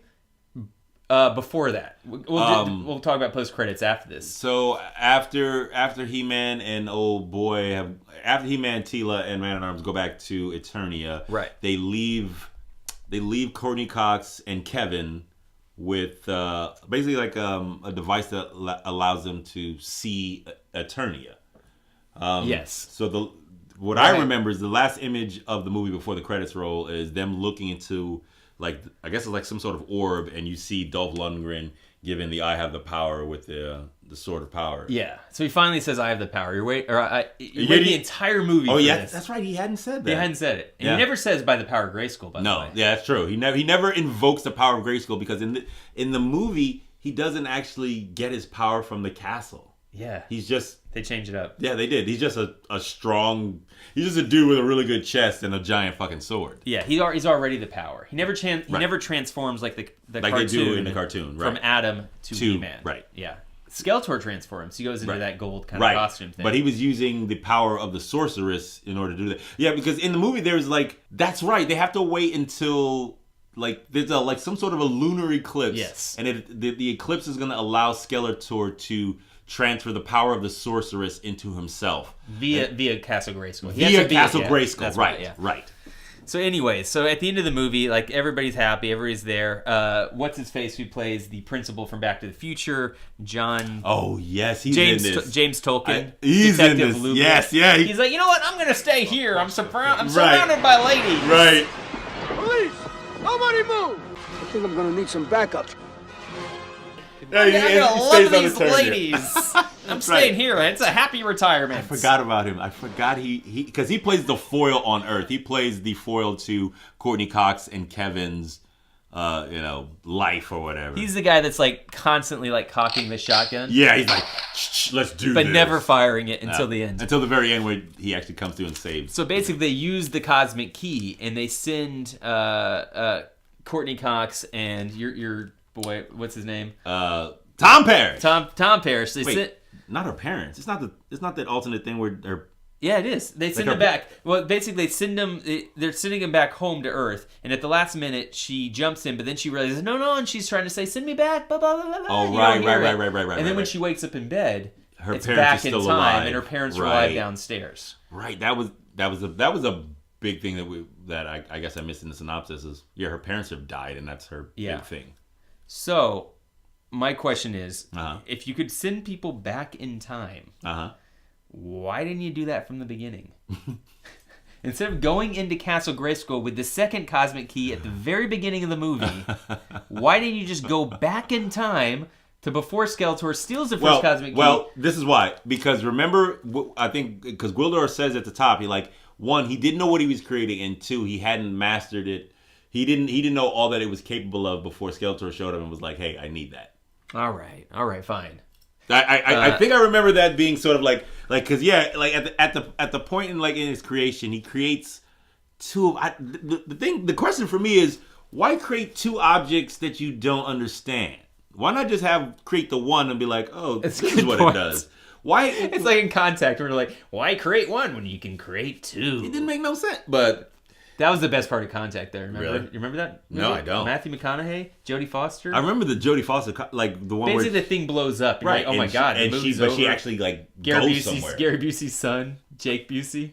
Is he? He's like the bad, Messiah character. I haven't seen it in so long. Oh, it's so good. Really? Yeah, it's really good. I remember it being I remember being a letdown. I remember being, really into it because it was, right on the time, X-Files was still, the shit. I was like, oh, this is going to be great. And then ended up being oh, she doesn't actually contact anything. It was all maybe. No, you're right. They don't believe her because she ends up being transported to another planet. Right. And then. But then when she instantly comes back and nobody believes. Because she, in the time that it took, in her mind, she'd have been gone X amount of time. But in the time, when she comes back, it's only been 30 seconds or something, and she hadn't left anything. Exactly. Yeah. Yeah, it was kind of a letdown. I don't remember it being that strong of a movie. I think what you're remembering is Jodie Foster because she's dope. Yeah. I remember her being really good in it, but I don't remember any of the surrounding people in that movie. But when you're making a scientific invention, you don't just make one, even if it doesn't work, you make two. Yeah, I guess you're right. So my cousin Dave, he says about the ending here.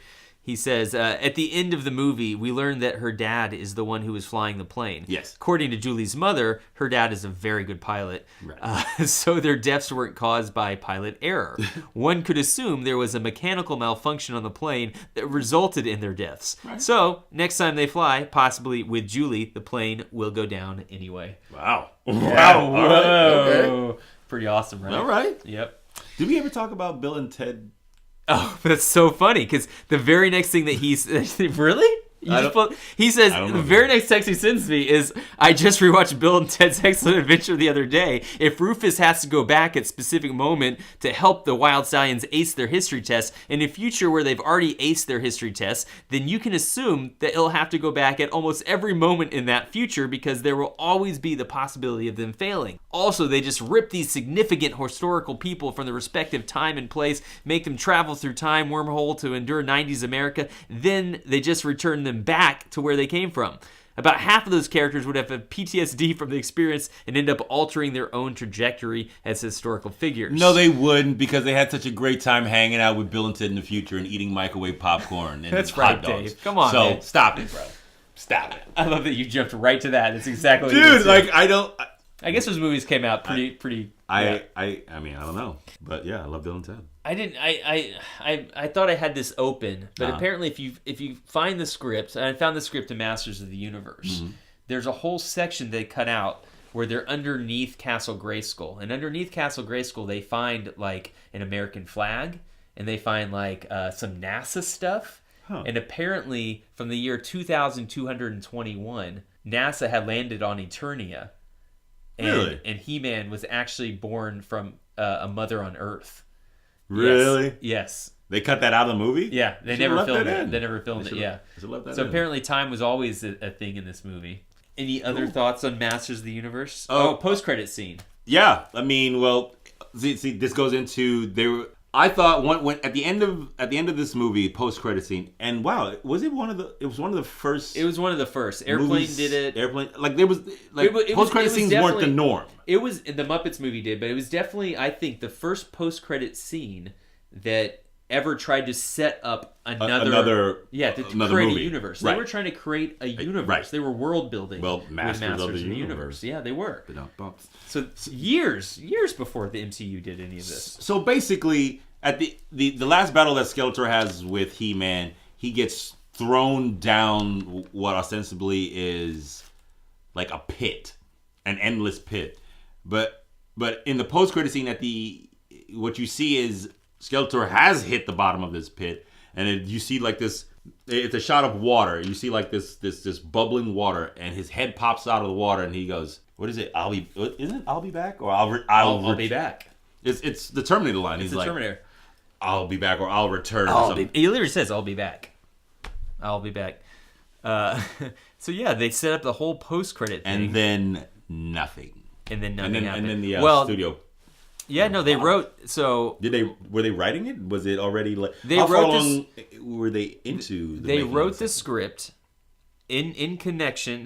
While also simultaneously they had a script for Spider-Man, and they also had sets and costumes for both He-Man and Spider-Man. They had drastically cut the budget down to $7 million. They had cast Laird Hamilton.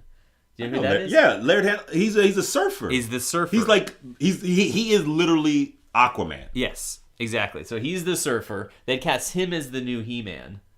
I can see that. They never filmed it.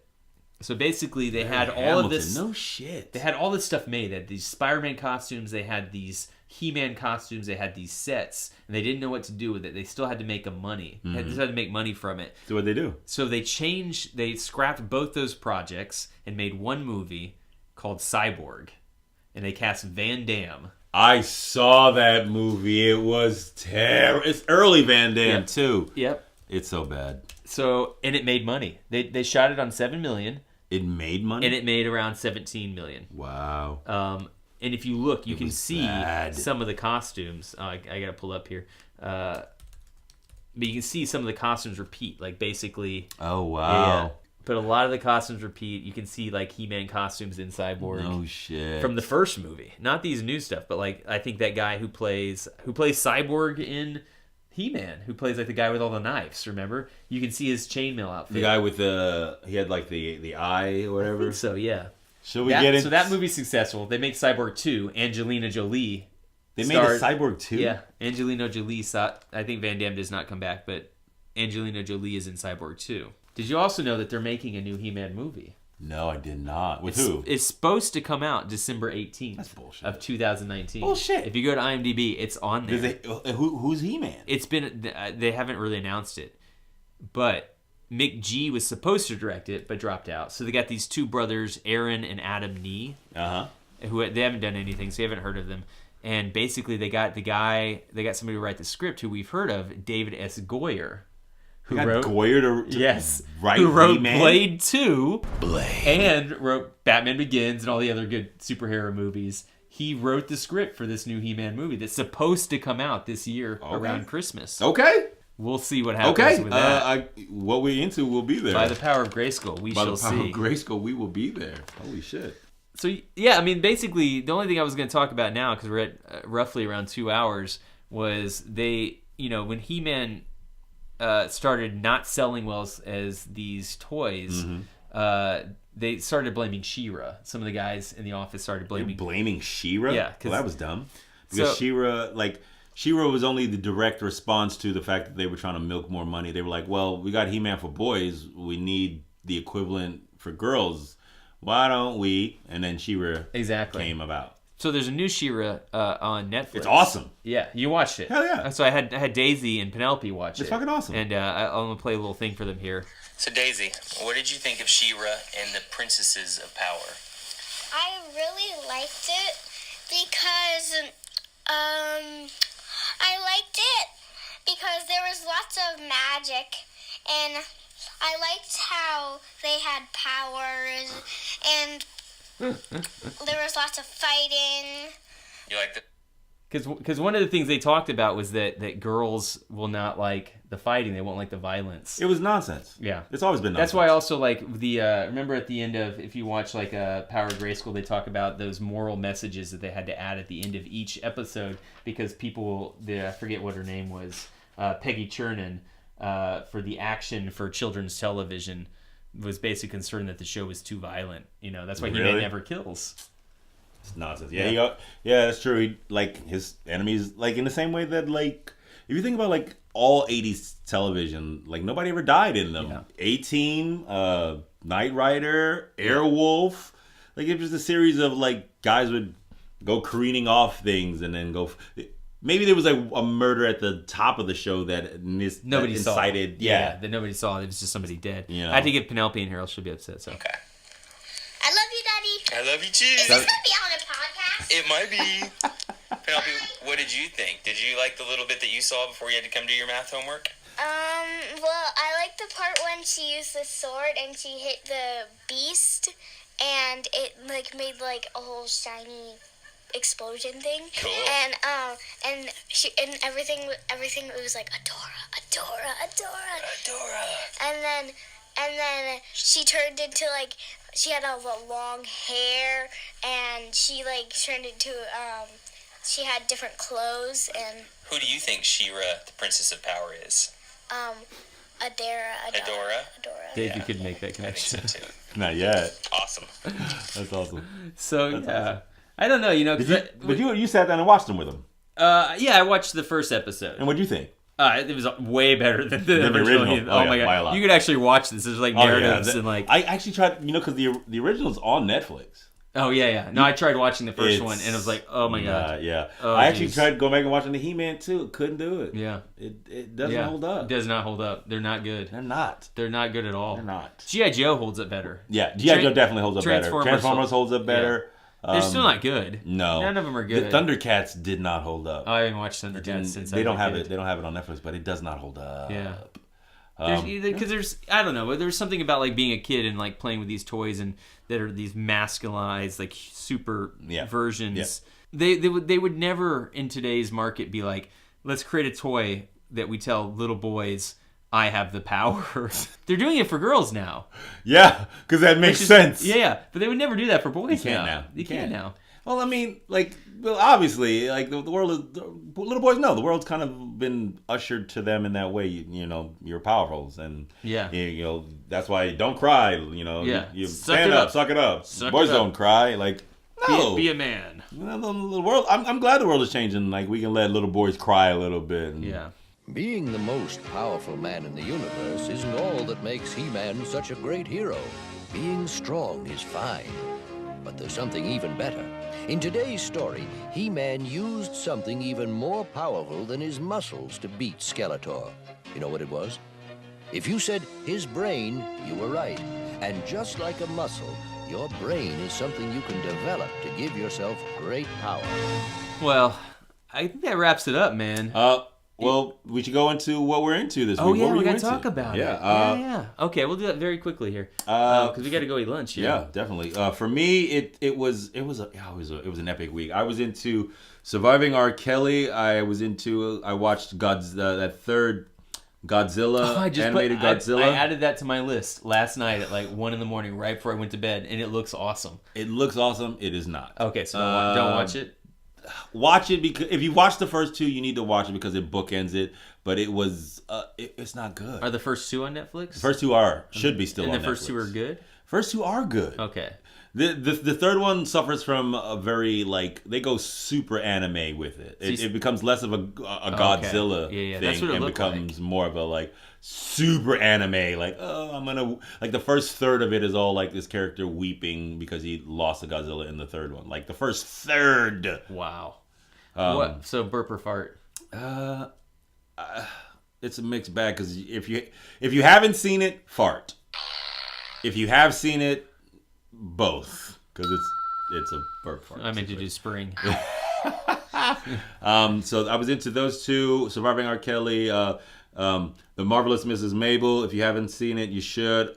I got caught up on Modern Family. Modern Family's really good. Modern Family's good? Still really good. And I think they're in season 13 or something. Oh Jesus! Yeah, it's massive. Those people are buying houses. Oh, I mean, they're putting kids through college. They're buying property. They're putting kids through college. Yeah. And Sofia Vergara. Oh my Jesus. Anyway, that's not the point.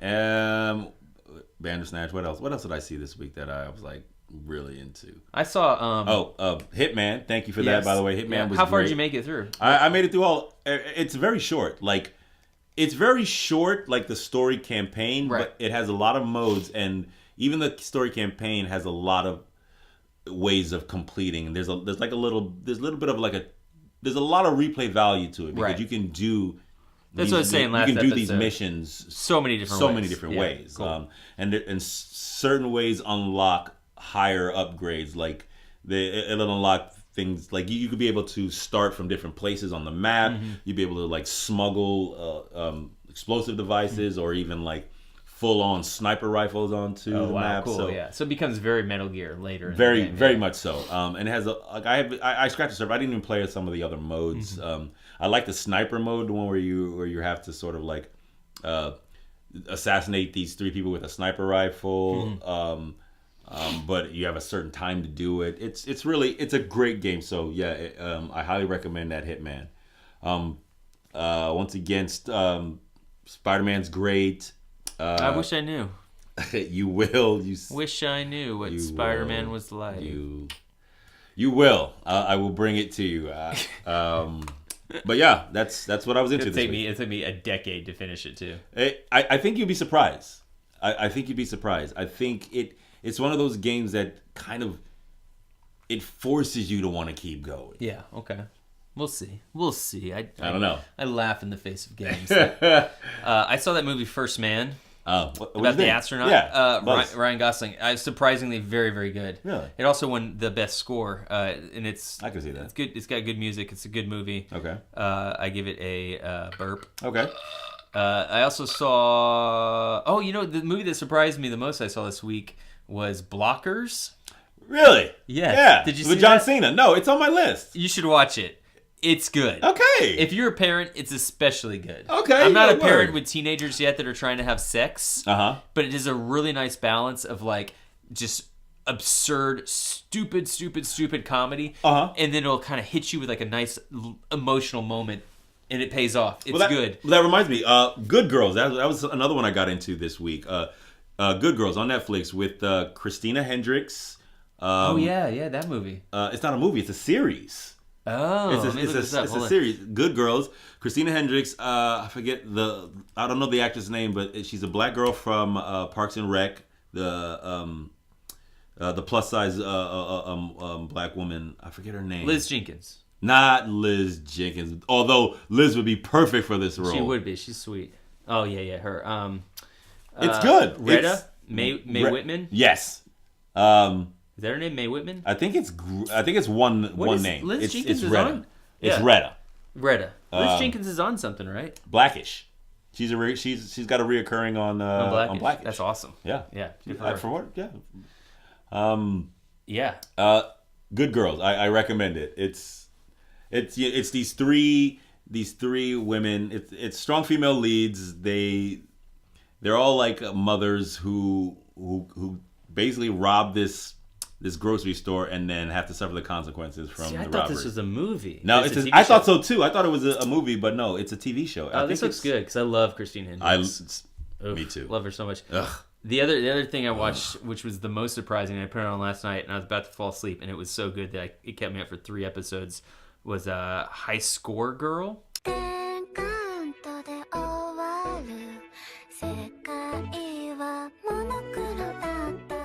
Hell yeah! I was trying to tell you. I told you about that last week. Did you watch it? I watched the first couple episodes. It's hella good. So what? That was the one I was telling you with the Street Fighter. Yes. Remember I was telling you? So what you were trying to tell me, which I didn't understand at the time, was they use the actual video games on the show. Yeah. And they get really in depth into the actual like cheesiness of some Yes. of the moves. Yeah. It's Like, that. If it's you so were a good. kid, if you were a kid that hung out in the arcades, This is one for you. this is for you. This is definitely for you. If Like you ever queued up to play somebody in Street Fighter, Yeah. and either got your ass kicked or won and held your own for a few rounds, this show you should give it a or shout out. if your home arcade had like one of those janky machines that like was missing buttons or like the knob on the joystick was you know a little off. Like it's for you. Like if you're a video game head who likes arcade shit and that kind of humor. And it's a great anime. And it's kind of like I haven't finished it, but it's kind of a love story. It's Yeah. it's about a dude and a guy girl who meets a girl in an arcade and is at first incredibly pissed off that she's kicking she's his butt, handling him. She's Street handling Fighter. him, and he's like, "This is not." But it's not so sexist versus classist because she's rich and she has money, so he's like he doesn't want her there because she's not one of him. Yeah, one of she them. shouldn't be into there. this. But she's so good that she basically like wins him over. And has she spoken yet? Because the few episodes that I've seen, No. She hasn't said a word. It's all sort of Yeah. like the whole episode kind of takes place in the mind, it's a lot of like in the mind of the dude Of the boy, yeah. of the boy, and with As with anime her, does. yeah. And he's always talking to her. She has challenged me. That's what And then he'll say, "What are you doing here?" And then she won't respond at all. And so, like the few Yeah. episodes I've seen, she hasn't spoken yet. Yeah, maybe she never speaks. I hope not. It's really good. Yeah. But yeah, that was what I was into last week. High Score Girl. Yeah, Worth it's it. good. No, we should wrap this up. Yeah, we should stop wrap this up. speaking. We should never speak again after this episode. So thanks for listening. This is Rob Karma Robinson, And I'm Lawrence Style. and this is what we're into. I have the power. Pew pew. Sound effects. Oh, then I gotta find the pause button. Oh, do we have time to eat? I'm starving. It's 2:11. Probably not. Oh man.